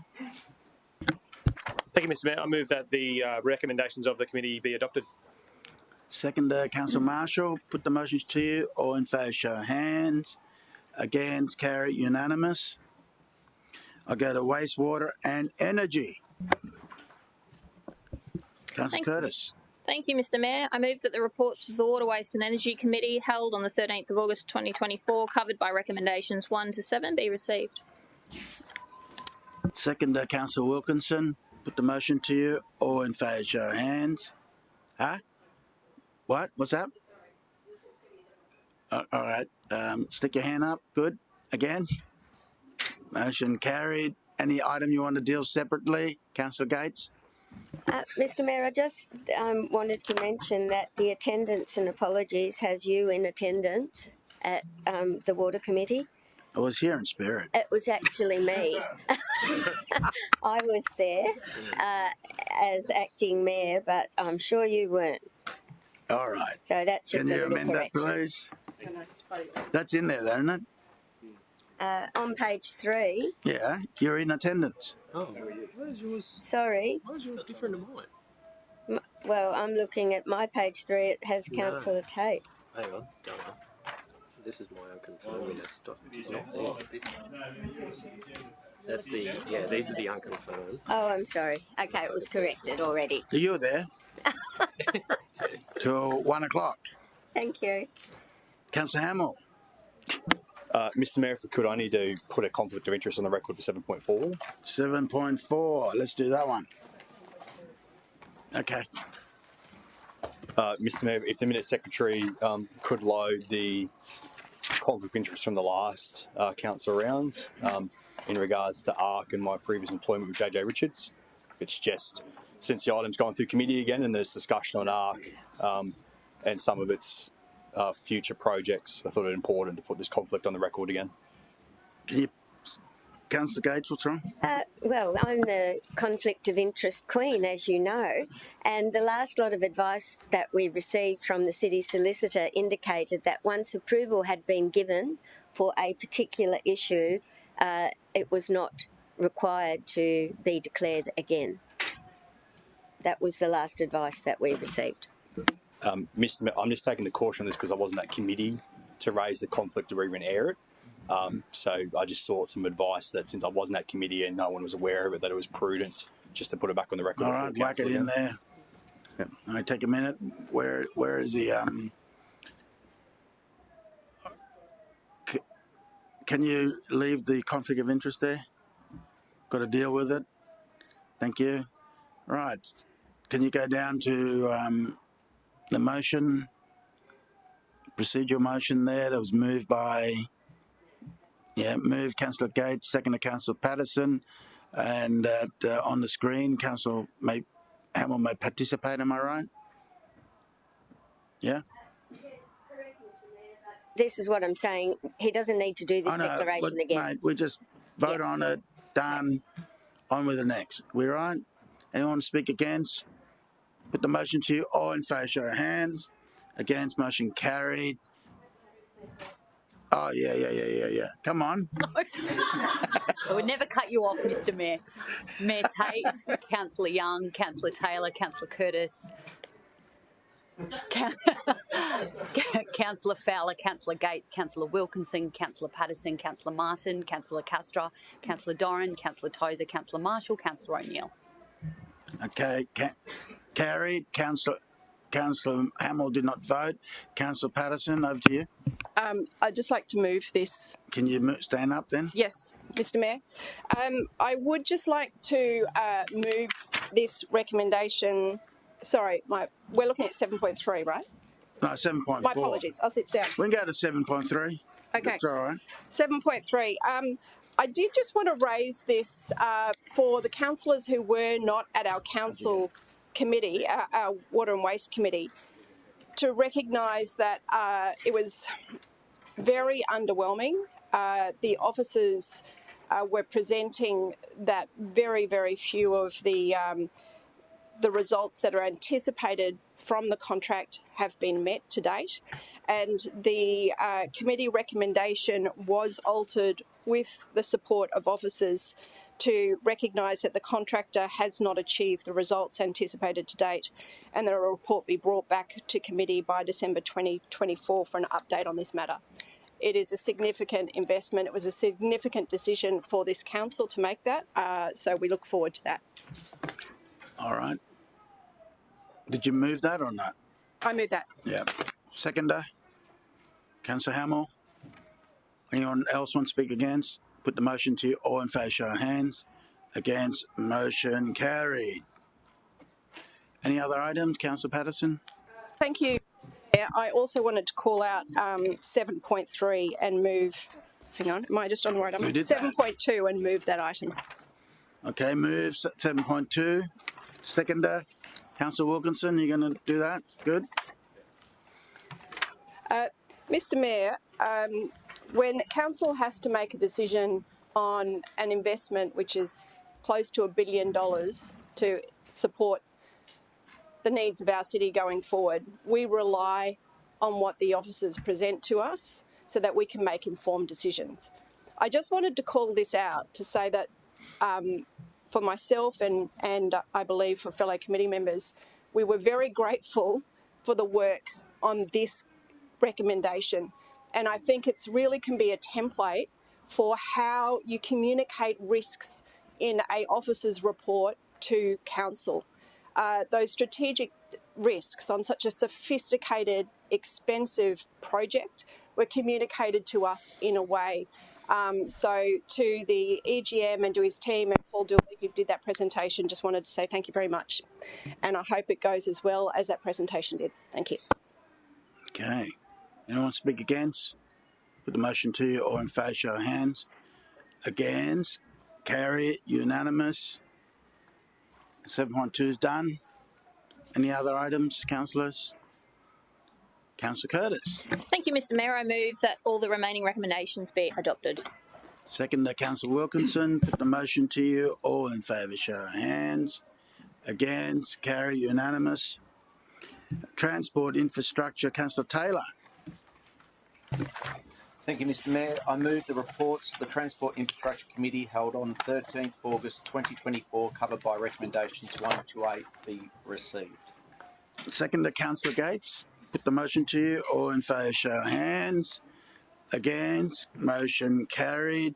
Any item, councillors, to deal separately? Councillor Peter Young. Thanks, Mr. Mayor. Just draw your attention to item 6.1. I'll be very brief. This relates to a petition that was received last November from residents who wanted a road closed, Mystery Road in Guanaba, because of the through traffic and the impacts that's having on their peace, lifestyle and wildlife. There's been a very significant number of accidents. I just wanted to call out the EGM for his support of funding and the council itself for funding for works when we didn't have this report, which was expected originally before budget.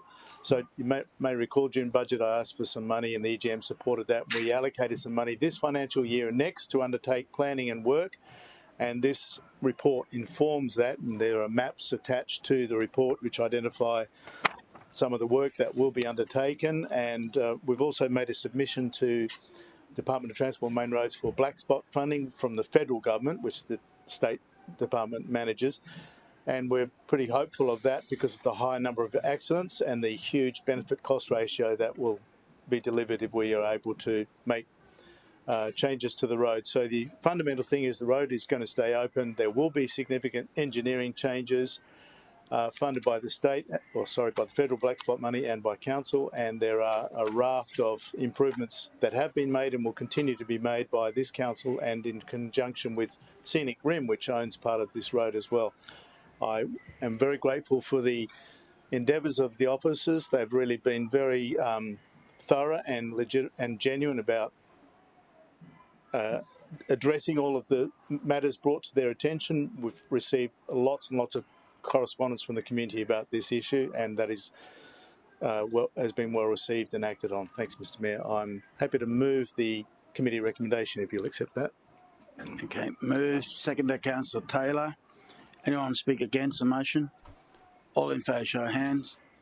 Against? Motion carried. You're against it? All right. Councillor Doran? Thank you, Mr. Mayor. I was hoping to deal with 6.4. Let's go to 6.4, councillors. Go ahead.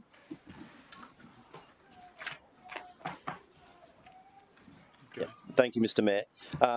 6.4 relates to a presentation that was provided to councillors in relation to the Central South Gold Coast Transport Network Planning Overview. I was fortunate enough with a number of councillors to receive a briefing prior to the Transport and Infrastructure Committee, but then was not able to attend the Transport and Infrastructure Committee. There was a number of items raised during that briefing and then subsequently when watching the committee meeting that was quite frankly news to the councillor from Robina and Varsity Lakes that were pertained to Robina and Varsity Lakes. Congestion and getting traffic moving around my area is incredibly important, especially as we gear up to the 2032 Olympics, Mr. Mayor. We do not want our area, particularly where the Games Village is to be hosted, to be a gridlock and prevent athletes from getting to important venues. I look forward to, and I hope that the committee will report in the future with greater detail, frankly, around a lot of the ideas that were floated in that briefing. And aside from that, Mr. Mayor, I'm optimistic that the review outlines some positive changes that could affect neighbouring suburbs as well. So happy to move that recommendation, Mr. Mayor. Okay, second, Councillor Tozer. Anyone speak against? No, put the motion to you. All in favour, show of hands. Against? Motion carried. Unanimous. Any other items you want to deal separately? Back to Councillor Taylor. Thank you, Mr. Mayor. I move the remaining recommendations be adopted. Seconder, Councillor Peter Young. Put the motion to you. All in favour, show of hands. Against? Carried. Unanimous. Item 12, consideration notice of motion. Nil. Item 13, question or notice. Councillor Patterson. Thank you, Mr. Mayor. So, question or notice with reference to the recent accidents and subsequent design changes to the Cotloo Street project. Would the Executive General Manager for Infrastructure provide Council with the independent safety audit report and a summary of the impacts of the changes and lessons learned? Thank you. Okay. Mr. CEO, we take it on notice. Happy to take it on notice, Mr. Mayor. Okay. Done. Item 14, presentation of petition. Councillor Tozer, first up. That the petition be received. So this is the one about Earl Court. Sorry, there's a concrete plant one first, Mr. Mayor. Is that? On the agenda, I'll stick to the agenda. Of course, sorry, Mr. Mayor. So consideration of through traffic along Earl Court. Got it, Mr. Mayor. I just following on the screen. That's all right. So I'll move that petition be received in relation to Earl Court. Not that one. That one there. The consideration of traffic along Earl Court. That the petition. I'll move that the petition be received and referred to a committee or officer for consideration, and then a report to the local government. Seconder, Councillor Taylor. Put the motion to you. All in favour, show of hands. Against? Motion carried. I go to 14.2, Councillor Patterson. I move the following petition requesting that the rate increase for high-rise units be reviewed and that report be referred to a relevant committee. Thank you. Seconder, Councillor Taylor. Put the motion to you. All in favour, show of hands. Against? Motion carried. 14.3, Councillor Martin. Thank you, Mr. Mayor. I move that the petition from Old Burleytown residents regarding the development application OTH 2417 for the concrete batching plant and noting health concerns of current industrial activity be tabled. The petition has 511 signatures, and I move that it is received and referred to a committee or officer for consideration and the report to the local government. Seconder, Councillor Tozer. Put the motion to you. All in favour, show of hands. Against? Motion carried. I go back to Councillor Tozer. Thank you, Mr. Mayor. I have a petition here relating to the eastern Wurrunggeri area and addressing a reasonable need to change town planning to that area between the exit 77 and exit 79, actually exit 77 and Tallow General Store. I move that the petition be received and referred to a committee or officer for consideration and report to the local government. Seconder, Councillor Wilkinson. Put the motion to you. All in favour, show of hands. Against, motion carried. Item 15, general business. I've got Neil. Excuse me, could I ask a question, Mr. Mayor? Yes. Sorry, just there seems to be new wording attached to these referrals of petitions that include or an officer. Why has that? Can I ask why or officer for consideration has been included? Because does it still require consideration by committee if the officer has the opportunity to consider it? No, it'll still come through committee. It'll still come through committee. It's an error. We'll fix it. Thank you. All right. Doesn't matter. It'll go to an officer and come back through committee. Okay. 16 point. Look, do we want to have a quick break? Anyone? We do, don't we? 10 minutes any good? Anyone want to go and out, join the chorus out there? You got 10 minutes? Lunch is ready. Lunch is ready? Let's have lunch. 40 minutes. Nice to hold councillors for a moment.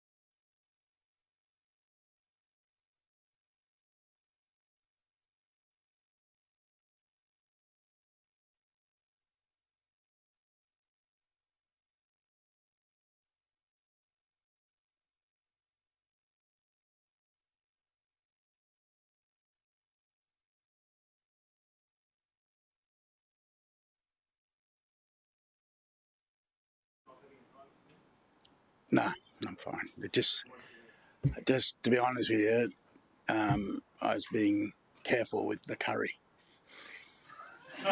Seriously. We've called a chain of time, Mr. Mayor. Mr. Mayor, we'll call you the chain of time. Yeah, this is my tie out here. Look, councillors, we've got presentation for 16.3. Been waiting. If you don't mind, we jump to 16.3. We good with that? Okay. Rightio, could you invite We need a procedure motion? Yes. All right. I move the procedure motion that we go straight to 16.3. Second, Councillor Fowler. All in favour, show of hands. Against? Carried. Okay. Let's get the presentation. we need to go into close, Mr. Mayor. All right. Well, I'll move that we go into close due to commercial in confidence. Second, Councillor Wilkinson. All in favour, show of hands. Against? Motion carried.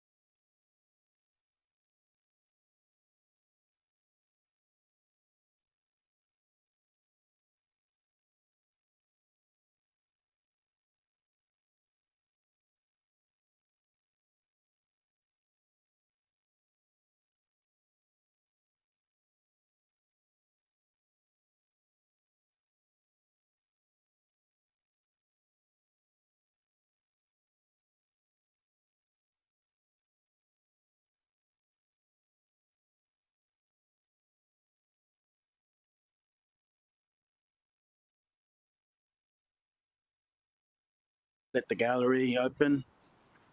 Very good. Councillors, it was an extensive presentation and discussions as occur. I go to Councillor Patterson to move the recommendation on the screen. Second, Councillor Lacastra.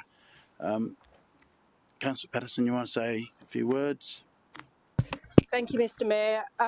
This was very exciting to see this opportunity and to see the potential of this furthering our vision for this city. We are at a stage now where we're opening up a tender process for an activation and to enhance our education sector alongside the Hodder precinct. This would be fully dependent on the federal government recognising the value in regional cities like ourselves and seeing the growth in this area and the need for this type of infrastructure. So very happy to support and move this today. Speak against anyone? Right, Councillor, move to vote. All in favour, show of hands. Against, motion carried, unanimous. Councillor, we move back to 16.1, temporary planning instrument number 11. Thank you.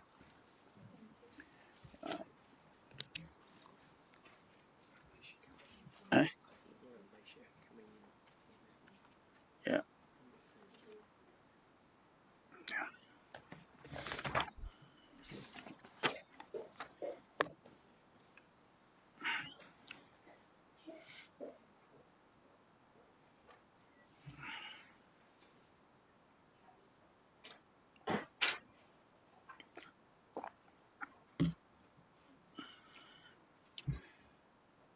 Director, over to you.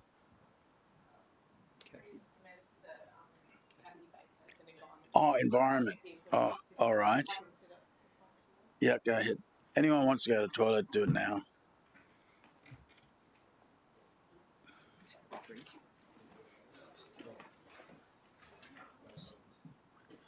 Yeah, all right. Council, we'll have a 5-minute break. Streaming off.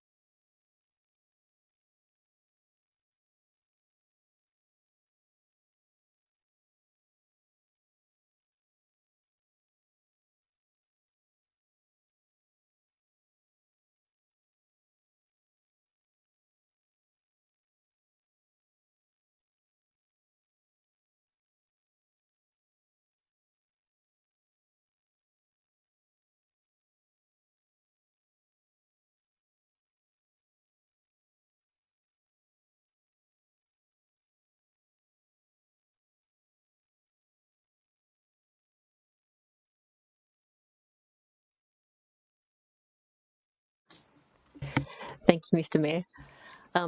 Councillors, this is sorry. Councillors, this is an adoption of TLPI number 11. Hopefully, fourth time lucky, and we'll have a new planning scheme by the time we have to come around again. TLPIs are are effective for 2 years. And so this current TLPI number 10, runs out on the 31st of August. We received approval from the government to allow us to adopt it in July. So this is what we have here today for your consideration. Councillor Hamel, would you like to move? So moved. Seconder, Councillor Wilkinson. Anyone speak against? Put the motion to the all in favour show of hands. Against? Motion carried. Unanimous. 16.2.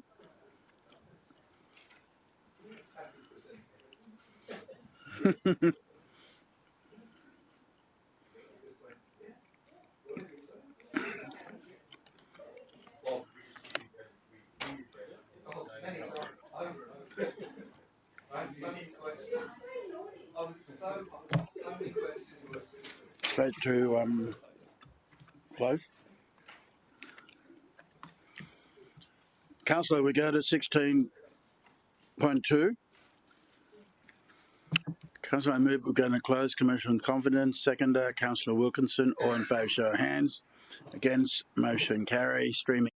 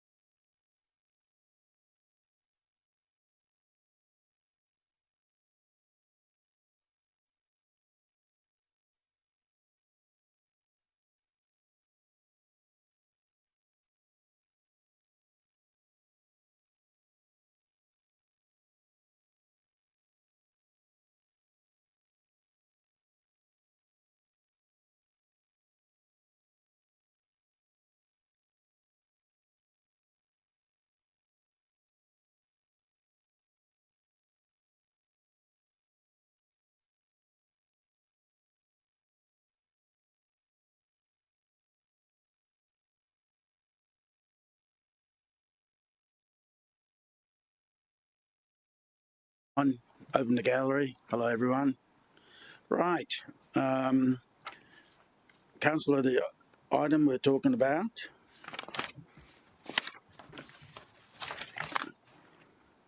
(16.2) Proposed National Basketball League expansion to the Gold Coast. That's not the motion that. It's not an amended motion. It's the motion. Yeah, because the other thing is officer's recommendation. So, councillors, I move the motion on the screen. Item 1 is the usual. Would you consider a C, a 2C, Mr. Mayor? Okay, well, can I get to B and then I'll come to you? Okay, thank you. Right. Councillors, I move 1 that the report attachment deemed to be non-confidential except for the parts deemed by the CEO to remain confidential, according with section 1713 and 200 in brackets 4 of the Local Government Act, that the NBL be advised that Council will finalise negotiations subject to agreement from the NBL to operate a team on the Gold Coast for a minimum of 10 years, and B, that the Queensland Government provide 50% contribution for both operation and capital funding towards the establishment of the NBL team on the Gold Coast, noting competitive interest for new NBL franchise exists in Northern Territory, the Australian Capital Territory and New South Wales. There's a potential C coming up. What do you got in mind there? Thank you, Mr. Mayor. I would suggest that we add a 2C, that all local sporting clubs are given a priority over the NBL in booking indoor community courts. I can't accept that one, so you can do it in the... I know you'll end up voting no, but I can't take that on. So 3, that should 2 and A and B above not be supported by the NBL or the Queensland Government, the Council seek to defer this opportunity if and when we have a suitable long-term home in the form of a new indoor stadium. All right, and move seconded by Councillor Tozer. I yield to Councillor Tozer to speak on it. Mr. Mayor, there's no doubt that the NBL is becoming a global sport. The NBL in Australia is not just a national sport anymore. It's not like the NRL or the AFL. It is a global sport. 50 million people watch the NBL in Australia from the US, and about more than 70 million people watch it from Southeast Asia. It is a significant sport when it comes to a global audience, and it's growing. Earlier in the presentation, we saw a picture of 8 young basketball players that play in the NBL this year, and 6 of those have been drafted into the NBA this year. There is absolutely no doubt that what we talked about and considered today in the form of a national team here based on the Gold Coast is actually not just about attracting Australian audiences, attracting Gold Coast audiences and spectators and even just oceanic interests, but it is a globally relevant proposition that we consider today. Some of the conversation we did have in close didn't really capture that as substantially as I think we probably should have, but the motion before us today talks about us partnering with the Queensland Government to deliver a new professional basketball team as part of the NBL here in the state of Queensland. We think it's a really great proposition, and we hope that the Queensland State Government partners with us on the basis of not only moral support but also some financial support to help us move forward, and your motion does that well. We do note that there's competitive interest from other places. You can jump on the internet any time and find out that there's interest from, even just today, Mr. Mayor, the NBL has done a press release about interest in Canberra. There's interest in Western Sydney, and there's been interest in Darwin and Northern Territory over many years. You can just search for that online. It's available anywhere.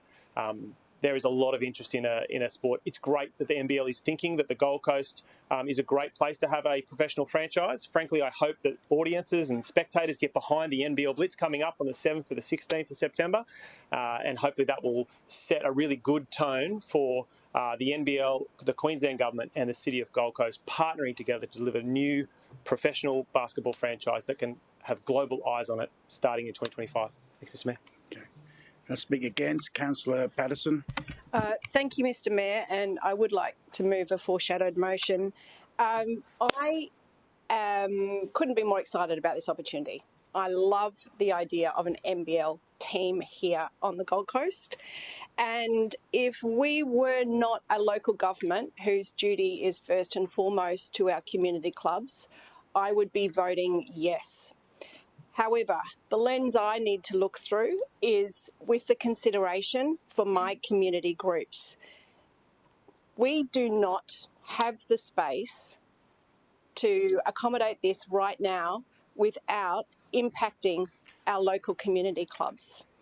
I really thank the proposer for this ambitious and exciting proposal, and I really hope that there's a time that we can do that.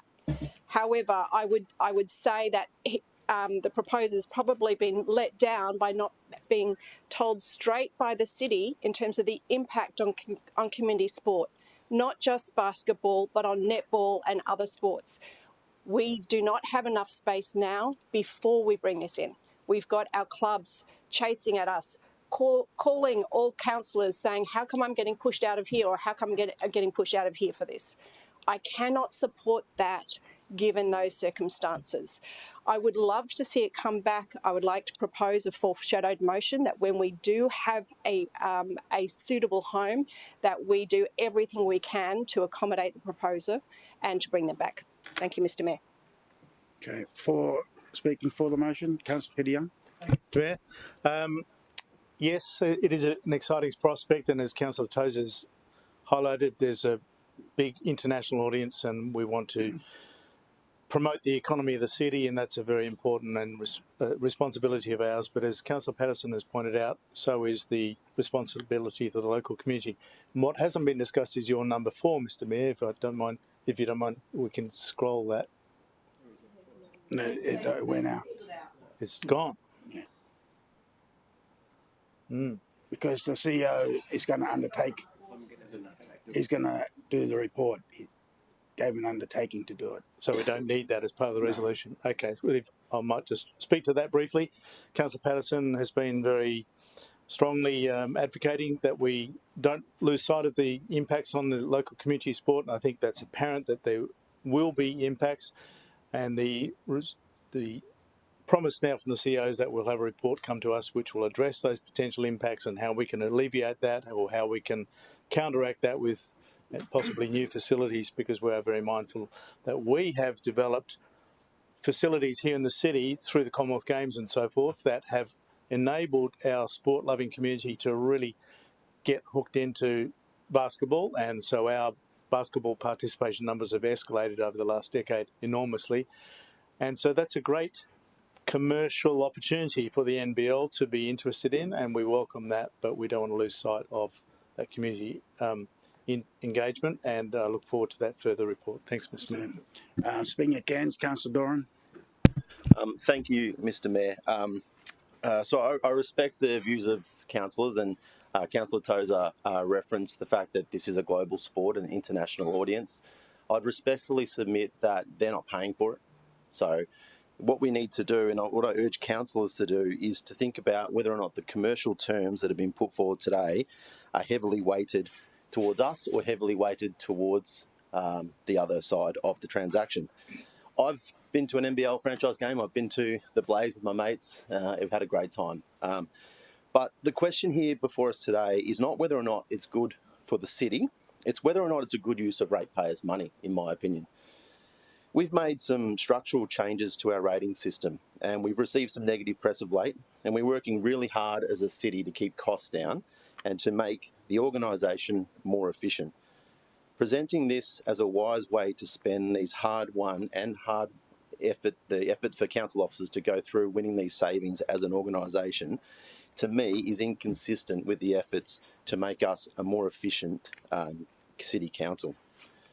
I'd say to councillors, consider how they'll defend this decision to spend ratepayers' money on an NBL franchise when the community comes and asks them in the middle of a cost of living crisis and an escalation in rates as to whether or not this was wise, especially if those people asking them live on the 10th floor or above. Okay. Speaking for the motion, Councillor Castro.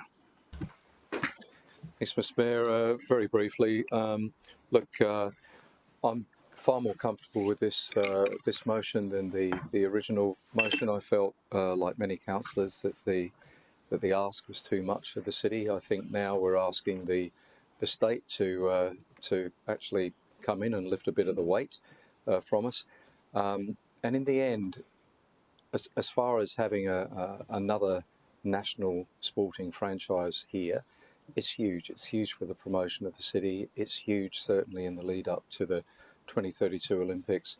But in the end, it's something that it will attract people to the city. I think the benefits and the economic impact, I think, is conservative in the report. I can't go into that because obviously it was all in closed session. But I would not have been able to support it in its earlier form. I think this makes it more palatable. I still have concerns, but I think also looking at the 10-year agreement, which is different to what the original motion was, which was the 5-year, I think makes a big difference too. I think we've got a pretty good balance here. I too have major concerns about the community sport. I've had quite a few conversations in regard to displacement, but I would like to think that any utilisation of those facilities is going to be happening during those hours that the community would not, in the vast majority of cases, when the community is not actually using those courts. So I think that, and I think again that's something that we can negotiate down the track and make sure, because I don't think any one of us here wants to see our community sports groups displaced. Grassroots is essential, and it's essential for the elite sport as well. If we don't actually look after grassroots sport, then we don't have elite teams in our city. They've got nothing to aspire to. So it's a balance. I think that's a discussion we can have later. And I think we're all very much on the same page with that. It's absolutely vital. So I think this has struck a very good balance. So that's why I'm actually supporting this motion before it's... Okay. Speaking against, Councillor Fowler. Thank you, Mr. Mayor. Bringing an NBL team to the Gold Coast is an exciting idea. Like I mentioned, when we were enclosed, I was part of the team who brought back the Brisbane Bullets after their 7-year hiatus. But it is an uphill battle.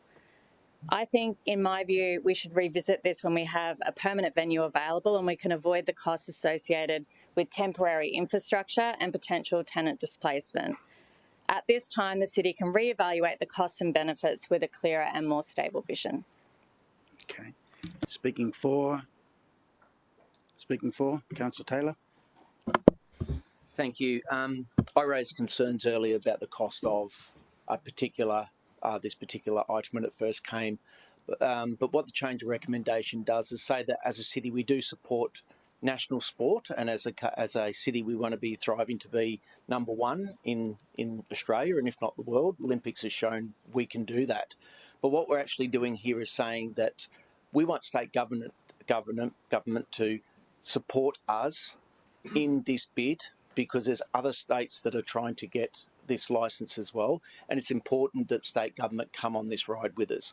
What it will also do is help us improve some of our facilities that we need to do in the future.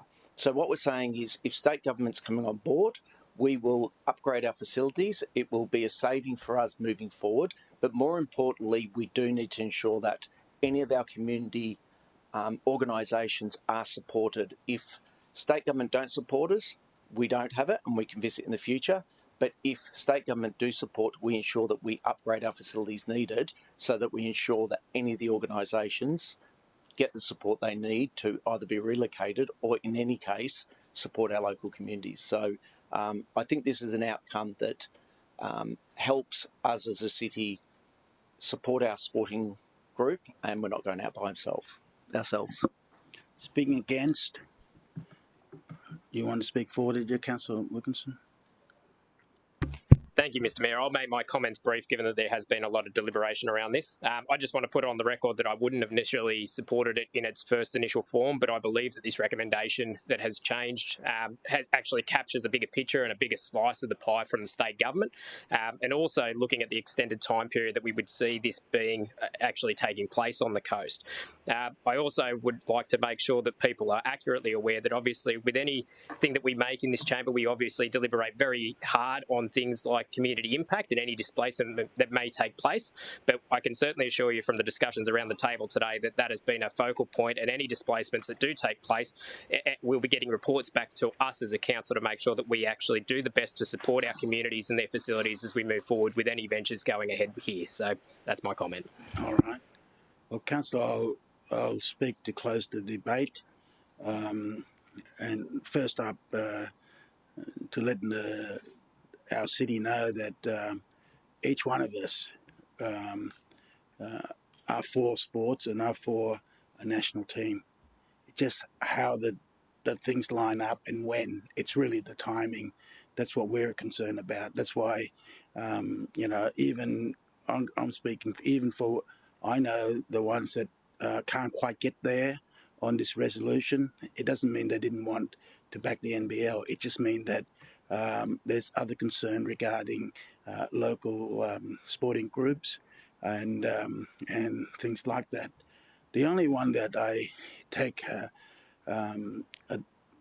different view is the digression, trying to link our rating parts about high floors related to this motion. It contravenes clause 23 of our meeting rules, digression, but I was relaxed about it so that I didn't want to shut anyone down. But my point is that that's another argument altogether, and I just wanted to look at closely in this NBL deal, to how we can see our way to get support from the state government, and that the NBL would know that we're really welcome them into our city. And if it doesn't quite work, there's always that clause 3 that should the timing comes in line with the future indoor stadium, that the door is still left open, so that I want NBL people to know that this is our bottom line, the best we can do. And with that, I close the debate. And councillors, I put the motion to you. All in favour, show of hands. Division's call. Mayor Tate, Councillor Young, Councillor Taylor, Councillor Curtis, Councillor Hemmel, Councillor Gates, Councillor Wilkinson, Councillor Martin, Councillor Castro, Councillor Tozer, Councillor Marshall, Councillor O'Neill. Against? Councillor Fowler, Councillor Patterson, Councillor Doran. Carried, supermajority.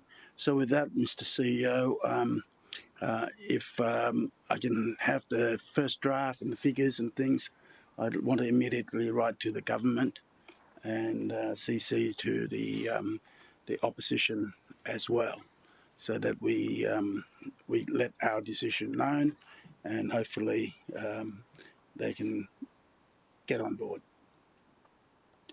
Right, councillors, last item, 16.4, supplementary item, councillor travel request. I'll just go one part of the time. I'll go to the crux of it first up. Page 6 of the other business. Right. Basically, council, first up, the NFL Academy Asia Pacific, the flyer there, that's the one I'm talking about. And really, in point form, the mission is expect to yield several key outcomes, and that lists quite an extensive outcome that you could see. So really, before we get into the real detail, I was wondering the appetite that we want to send someone overseas on this MSL Academy Asia Pacific mission. That's really the first part of it. You can speak on that, just about the mission itself. Oh, if you want a motion, I'm happy to move the motion. No, it's because you want to just talk on it? What it is that if there's appetite, let's get into the nitty and gritty of it. I've got a few questions, but if there's no appetite, it's done. Would you like me to speak to it? Yeah. So about a week ago, Mr. Mayor, the proponents of the recent transaction we undertook with the NFL sent an email to myself and Mr. Maguire from the Economic Development Department and said that they had a planned activity already occurring, and they engaged. Well, they effectively invited a representative of the city. At that time, I called Mr. Wallace in your office, and you were travelling at the time. You were in Paris. And he explained that during the period of time that this was proposed, that you had some private activities and other activities planned. And Mr. Wallace effectively said, look, if you want to go down that track, you're welcome to. The mayor's away. You're the chair of the Lifestyle Committee, manages sport and recreation in the city. You're an appropriate person. But if you do want to do that, we're going to have to find a funding source. So after conversations with the Office of the CEO and the Economic Development Department, they proposed to put this report together, which has been provided in part by RDK and in part by myself. And I would very much like to represent the city's interests with the endorsement of council. Okay. Councillor Gates. Mr. Mayor, I just had an initial question because I was here for the original workshop that councillors did on the expenses reimbursement policy, which I believe is the basis for the way that this has occurred, rather than through a council committee and coming to full council for approval. So I wanted to ask, if I could, through you, to the CEO, since the new policy says you have a delegated authority to decide applications of this type, why you didn't use your delegation. Sure. Through you, Mr. Mayor. So, I would sort of just dispute the premise of the question. I have a delegation to approve council travel, but the policy is also very clear when it comes to professional development that it needs to come through the council, and this does not easily fit in a bucket that is defined in the policy. It's very similar to the one that we did at the last meeting with Councillor Hamill. So on that basis, I determined that it was more appropriate that it comes to full council. And I would also make the broader point to councillors, just because I have a delegation doesn't mean I have to exercise or should exercise that delegation. And in fact, I take that responsibility incredibly seriously, given that this is, I think everyone would agree, a fairly unique request from the councillor. I determined that it was better that, and again in conversations with the Mayor's office, that it would be better that we brought it here to have the decision, because these are precedent-setting decisions, councillor, and they will inform my future decisions. Thank you. May I respond to that request, that question? Yeah, okay. The reason I wanted to respond is because I actually feel more comfortable, like, engaging with my colleagues and yourself in a transparent manner than seeking a delegation. It's important enough for it to come to council to decide, and that's why I wanted to do that. I didn't want it to seem like it was being done at a delegation or some sort of private decision. I think part of the question that normally would go to the committee, am I right? Yeah, the ETE committee was cancelled. This cycle it was cancelled, and unfortunately I only received the information a week ago, and because the date of travel is September 30, this is the last council meeting that could possibly be dealt with sufficient time to make flight bookings. So councillor know that this is not a standard thing, so it's due to time constraint, okay?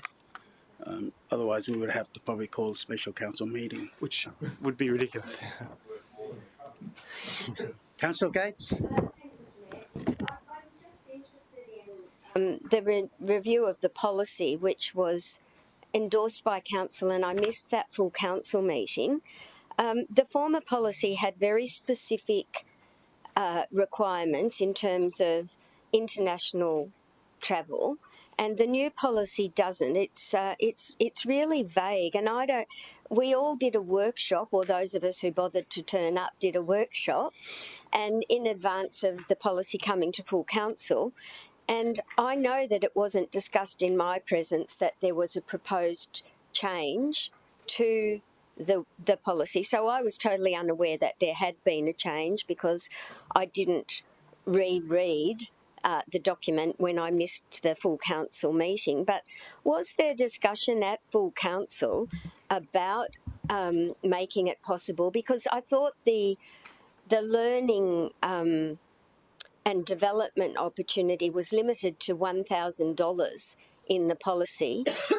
And I'm just a little confused at how, and the CEO has just said that this didn't fit in a specific bucket, but I'm also a little bit confused because as Deputy Mayor I've been invited, I reckon, maybe a dozen times to travel overseas to various things, and I've been on one trip which I paid my airfare myself to accompany you on a Study Gold Coast delegation. So, you know, the hierarchy of our council is the mayor, the deputy mayor, the committee chair. I thought Councillor Lacastra was the committee chair for any potential discussion on this, but I hear from what Councillor Tozer said, I've made an error in that regard, that he is the appropriate committee chair.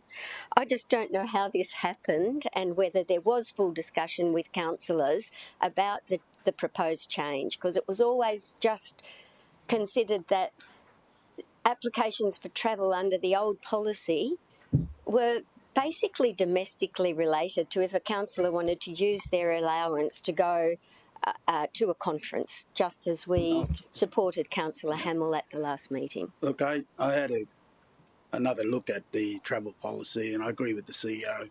It's very broad, and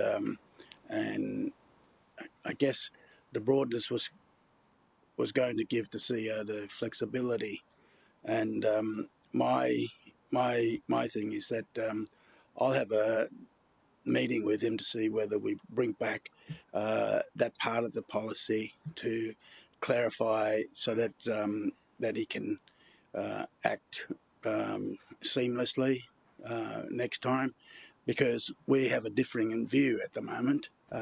When he said, "Oh, it's a what is it? Education or learning, the professional development."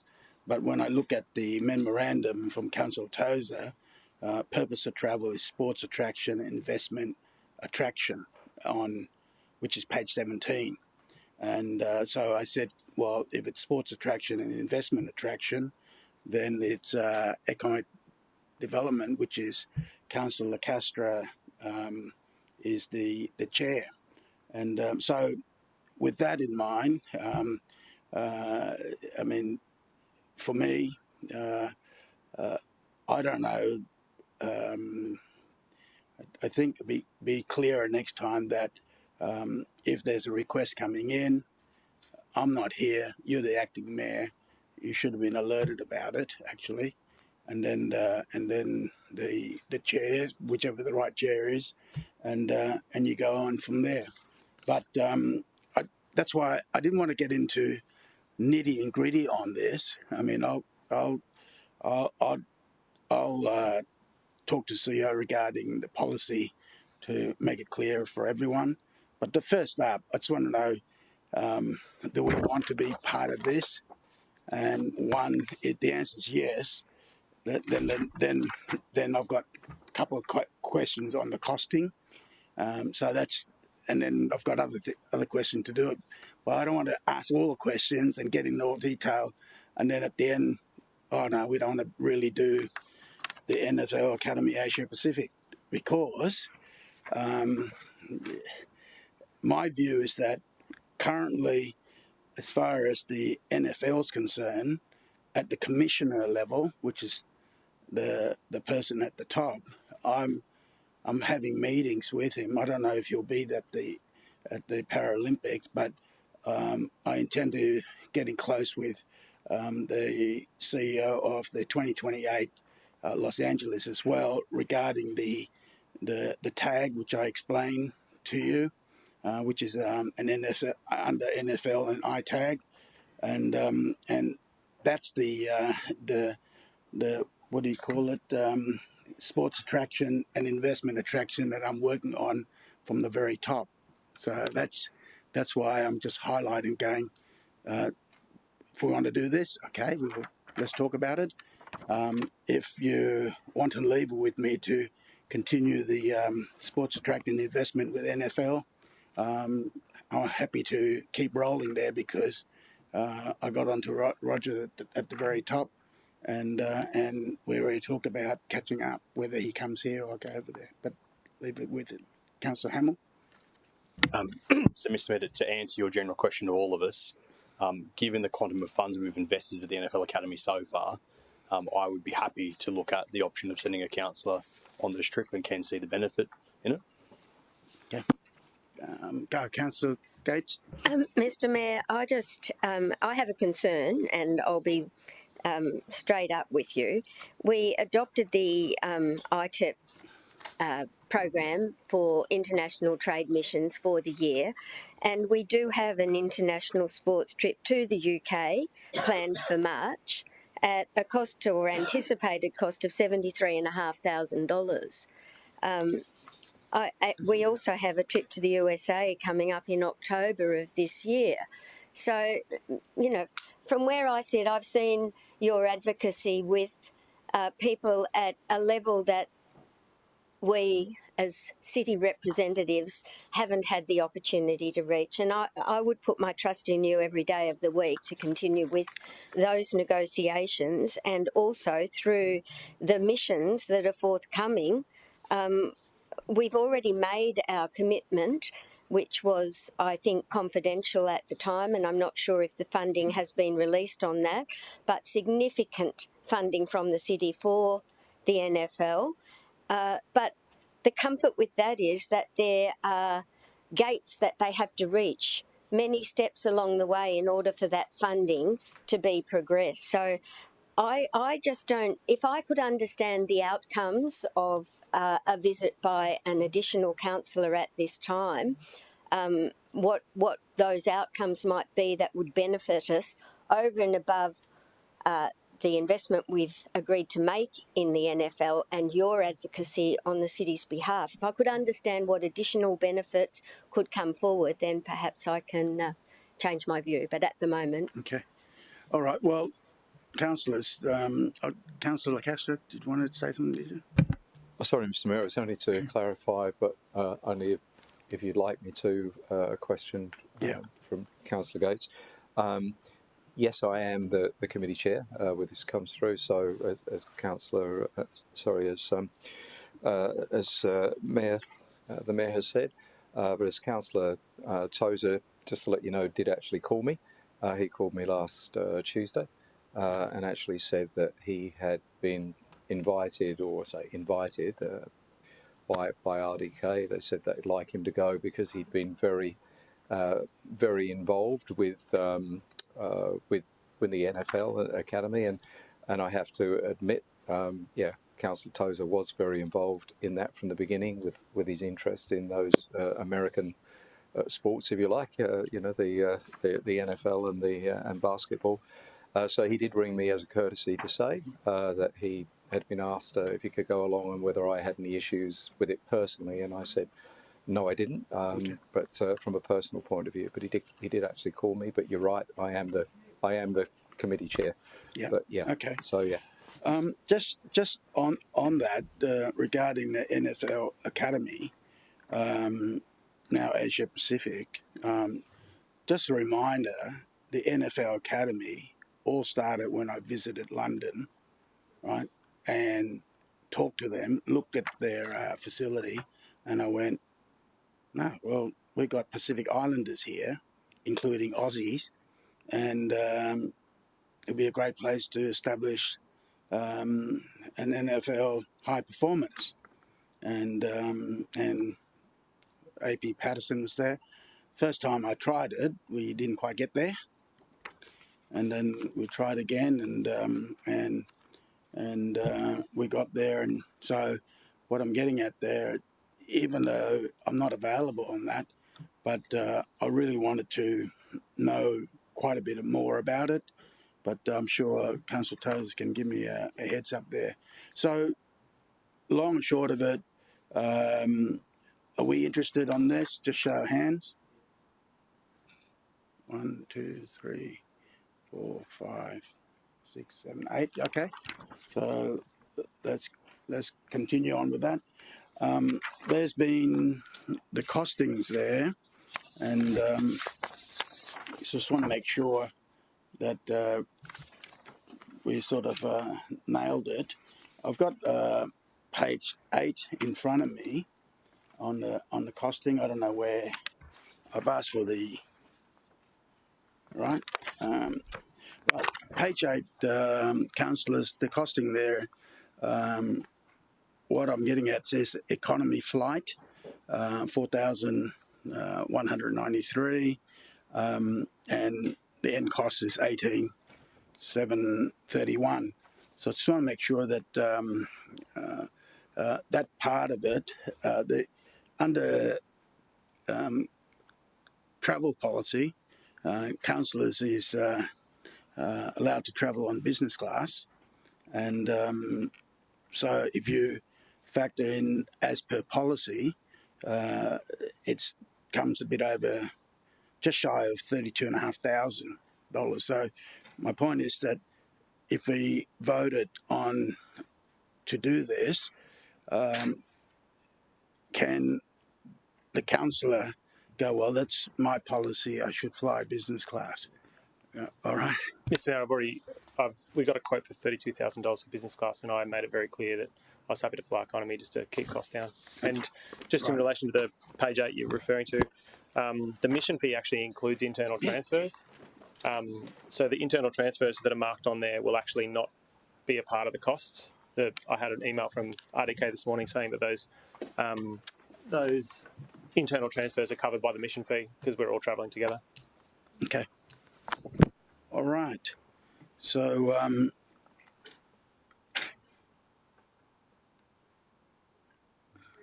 right now we can get into the questions. We're doing this. It's going to be economy, and Councillor Patterson.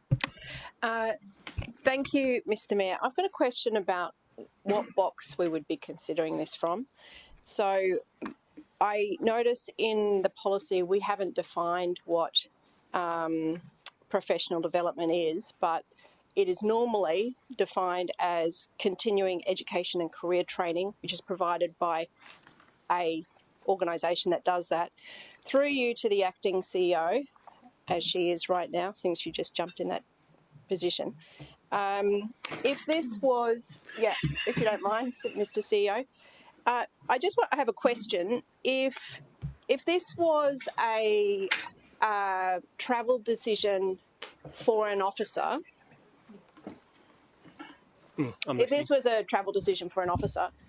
would you put it in the box of professional development, or would you put it in a box of advocacy? Thank the councillor for the question. Through you, Mr. Mayor. So I guess the challenge here is, councillor, that it doesn't naturally fit in, to use your language, any of those boxes. I think there is an element of professional development, but I think this is predominantly in advocacy, and that's why one of the reasons, as I outlined before, I was uncomfortable about making the decision under delegation, because I think we can all agree the policy is a bit vague in this area.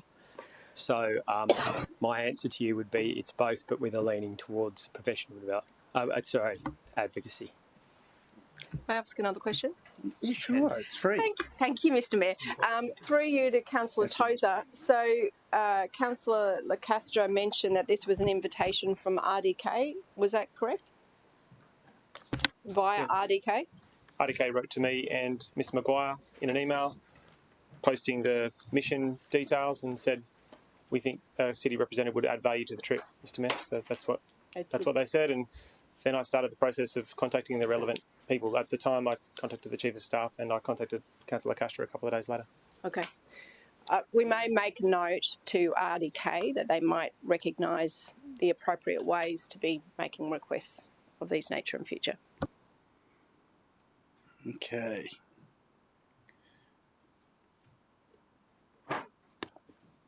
So, Ms Maguire, any chance why I wasn't looped into this?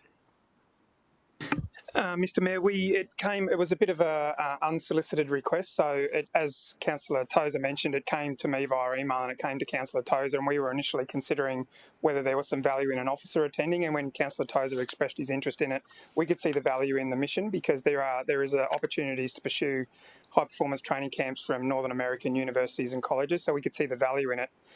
But it had just all sort of happened so quickly that we didn't really have the opportunity to progress it through the standard sort of procedures. Okay.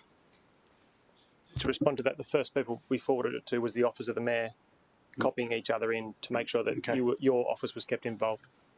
Mr Mayor, can I just make the point that I was acting mayor and no one mentioned it to me, not a soul. So maybe don't appoint me next time. No, I get and see why you're not happy because it's wrong protocol. But anyhow, we're where we're at now. Now, there's always surplus funds in ITIP because as we go throughout the year, we only just started really the ITIP year from July. Those surplus funds, from time to time, I get it reallocated. So if I'm visiting Taipei and Zhuhai is only a small flight away, that's where I talk to the CEO, can we amend my trip so that on the way back, spend 1 or 2 days in Zhuhai, and then that way I don't have to go back there. And that's the reason why there's always a bit of a reserve there. So I didn't want with this expenditure, I just want to know if the reserves are empty or not. Mr Mayor, we can manage the expenses that would be attributed to ITIP with the budget that we've got available. We can manage the funds accordingly. Okay, good. All right.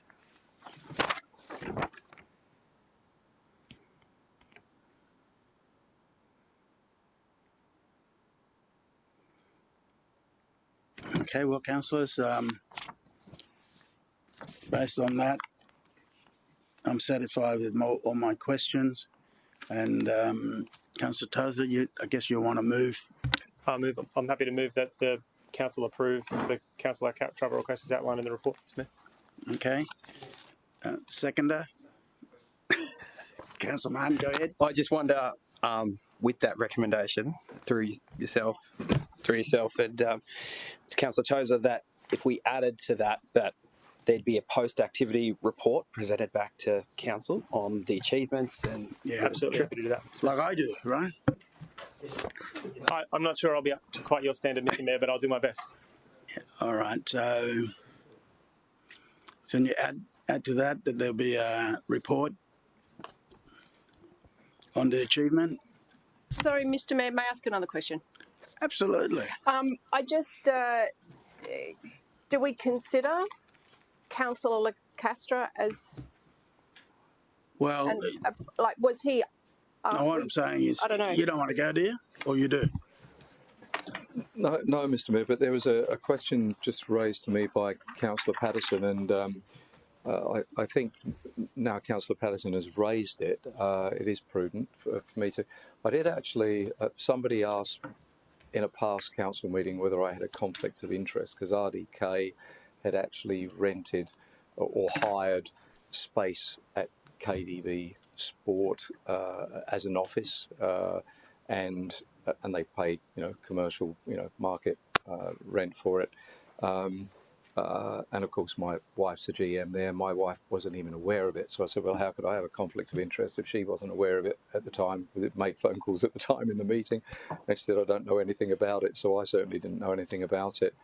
But you're right, I probably should bring that up again. If anyone thinks I need to express that as a conflict of interest, I can do it again. We did it before and I was able to stay in the room, or I can't even remember actually last time. I think it might have just been you don't have a conflict. I can't remember. It was so remote, and as I say, hard to have a conflict when you're not even aware of it. You're not going. And I'm not going. So, good point. But I should raise it. Yeah, so I wasn't sure whether Councillor Castro had a conflict, but my other query then, so if he doesn't have a conflict, was it because of that perceived conflict why, as the relevant chair, that Councillor Castro wasn't invited? Why was he not invited, if he is? Do you know? Sorry, Mr Mayor, I couldn't speak to the reasoning why RDK approached Councillor Tozer and myself directly and not Councillor Castro. I know, as I think Councillor Castro touched on, Councillor Tozer has shown a lot of interest and a lot of expertise around the whole field of what's going on in the NFL space, so I would imagine that's probably the reason why, but I don't know specifically why they approached Councillor Tozer and myself and not others. Councillor Wilkinson. Thank you, Mr. Mayor. I'm just wanting to see if it would be the taste of potentially the room with the recommendation, given that we've already just discussed reservations potentially in the ITIP, whether that be factored into the actual recommendation that we use those that are already allocated more or less for these types of purposes to a degree. I know this is a bit of an unusual request of sort, and again, I would take that into consideration in this particular instance, but whether we could actually put that in the recommendation, given that it's already money allocated for these types of, I guess, trips in that respect. To be frank with you, I want to review if we're going to look at the ITIP, I want to review the ITIP part of it, and I may bring another trip a mayoral mission to council. So I'd rather leave the ITIP budget alone for period for that. Give you an example. Today's Mayoral Minute, we still sister city with Netanya. Now I'm going to talk to Mayor Miriam to go, listen, we're still sister city. I was meant to be there about 2 years ago, I think, from memory, or 3. I can't remember. I've been keeping in close contact, and I didn't put it in at right now because of the unrest and things. But with the today's supermajority, I thought, well, I'm going to give her the ring to see how's she going, how the city's going, and it might be a good opportunity to do a mayoral mission to there if it's all safe. And that's why I asked the question to Mr. Maguire to go, well, with the ITIP budget, don't touch too much of it because I want to bring some other mayoral mission to council to consider for the budget, the remaining budget of the ITIP, you see. And there'll be the biggest project we have is the waste to energy, our ARC project, and I still want to. One, that I'm going to go and see the waste to energy in Copenhagen, but we want to have a look how Perth is going because it's been 6 months, I think, since we've been there, and Singapore is doing a big one there too. And doesn't necessarily I'm going there. I'm looking at Councillor Hamill, and they're the sort of ITIP budget that I want to make sure that's in there. So just give me couple of weeks. By next council meeting, at the very least, I'll be putting a motion regarding the ARC to visit WA and Singapore with consultation with Kathy Baker there to see, what benefit analysis we can do on that. That's why I don't want to link it into there because, like my attitude is, I'm going to talk to the CEO and go, mate, how much money have you got in your bucket? Go ahead. No, I completely respect that, Mr. Mayor, and I 100% get where you're coming from. I guess in this respect, just out of context of what we said in the room, is it just noted, not necessarily in the recommendation, that a proportion of this, obviously not the full amount of what is left in the reserve, would still be possibly attributed to this instance, just if it's whatever's in the report there. Yeah. I think 10,000 or something. From memory. I'm happy to follow whatever protocol. Yeah, whatever's in the report there, that's fine.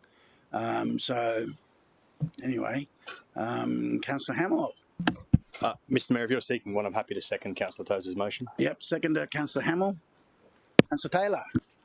Thank you. Just my question is how the process of when a opportunity like this comes for, whether it's a mayor or councillor, and the protocol, and how do we determine whether a mission like this is appropriate for the city as a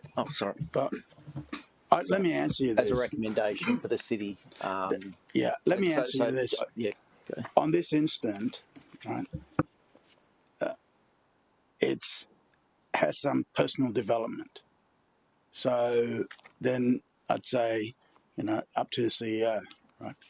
But my view, when it comes to advocacy, you've got to come through me because I'm doing advocacy and I don't want any misspoke that we're not in line. And and it's would be unfair to me that I'm out there, because then my view would be, oh, okay, it's more than one person doing advocacy. Well, I'll relax and stay at home because it's bloody hard work, right? So if it's advocacy, it's got, like, in this instance, it's gone through office to mayor, so Luke would have had it, and Luke didn't alert me. Well, that's his bad. I'll be talking to him about that. But all I'm getting at is that, so just have a look at sharp line. If it's advocacy, I'm not here to try to hog the travel, I can tell you.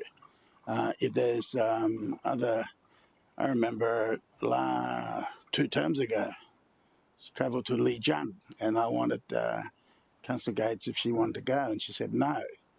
And then I checked with, because it's about development and opening up, and I said to Councillor Corwell if he wanted to go, and he said no. And a few things happened, whatever, and the CCC was quite interested in why I went. And long story short, I'm in the Star Witness box. Oh, why did you go?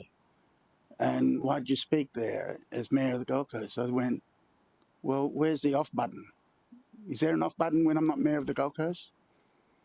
I'm Mayor of the Gold Coast no matter where I go, even if I appointed acting Mayor. And that's what I said in the thing. So what am I doing here answering your question? So I wish that you went instead of me, Councillor Gates. Seriously.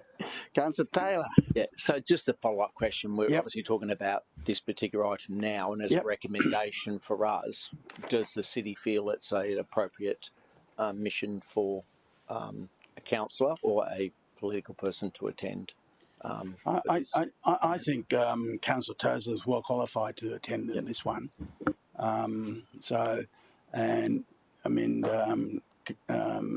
Maguire would advise him if he had somebody like himself that he was intending to go and do the mission because he can do a better outcome. He didn't say that, so next to on experience next to me for NFL, I'd say Councillor Tozer has the experience on that. That's why, on ordinary, I'd say Councillor Gates should be the one that who's closest to me regarding advocacy stuff because she's acting mayor and deputy mayor.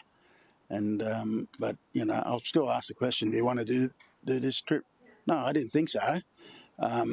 So that's my point. So let me be clear, and I'll be clear with the CEO when I review. I'll sit down and through GAF, of course, about the policy and make sure that there's a few more additional things so he's clear about it. So we're all clear about it.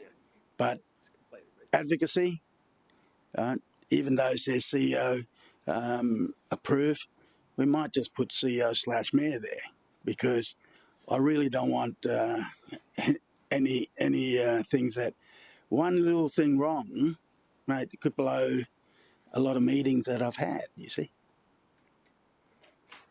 More questions? All good? Anyone else want to speak again? So I'll take it to the vote. We're good? Yep, Councillor Gates. Mr. Mayor, I don't want to speak against because I agree with you that I'm not supporting the motion, but so I suppose I am speaking against, but I want to make it clear. I want to make it clear that I agree with you that Councillor Tozer is best placed, other than you, to have any input whatsoever into the NFL. He knows it better than any one of us Except on this me. side of the chamber, except you. I played it. Oh, yeah, well, you built for it. So anyway. But my concern with this has been our expenses reimbursement policy and the process, and I'm still annoyed that Councillor Tozer didn't call me and just alert me to it. But the fact is that I have always placed incredible value in you being the advocate for things in our city, because if you look back, I was part of the council, and Councillor Lacastra will well recall that before 2012, everyone was chipping in everywhere and it was a bit of a mess. and there was never a united council in any shape or form with a combined vision for the future. And I think under your leadership, we've actually got pretty close to having that situation. And so my concern when I discussed it outside of this meeting was to be certain that your view and the city's view is represented by Councillor Tozer and that there's no crossing of the wires. But we'll have a coffee. Yeah, so please do. Yeah, I would love that. I acted in good faith and engaged with your chief of staff, trying to do the right thing, and I'm sorry it hasn't played out the way. And obviously, there's been things said in the chambers today that make me feel a bit awkward about how I went about it. But I did try to do the right thing, Mr. Mayor. Okay, I got it. All right, councillors. No, look, it's only human. We've got a bit of homework, the CEO and I, to do, and we'll bring it through GAF, and then the GAF people can GAF about it, and then all right. Bob's committee, Councillor Castra's committee, doesn't it? It's a policy issue. So the program stays with Bob, and at the moment, if I'm, like as I said, if we're looking at the ARC project for the visit to Perth and Singapore, I'll just see the timing because things are going so fast at the moment. If the timing is plenty of timing, then I'll say, well, put that through economic committee, tourism and events, and if the time's not quite there and you cancel another committee, we'll bring it straight to council. Okay, so that's where we're at. And meanwhile, on the GAF bid is it's not a redundant policy, just a minor tweaking. That's all. Okay. And so we'll go on with that. All right, councillors. Debate's closed. No more questions. All in favour, show hands. Against. Motion carried. Anyone? Anything else, Mr. CEO? No. All right, I closed the meeting at 16:59. We beat 5 o'clock. Just. Streaming off. Streaming off. Streaming off, please.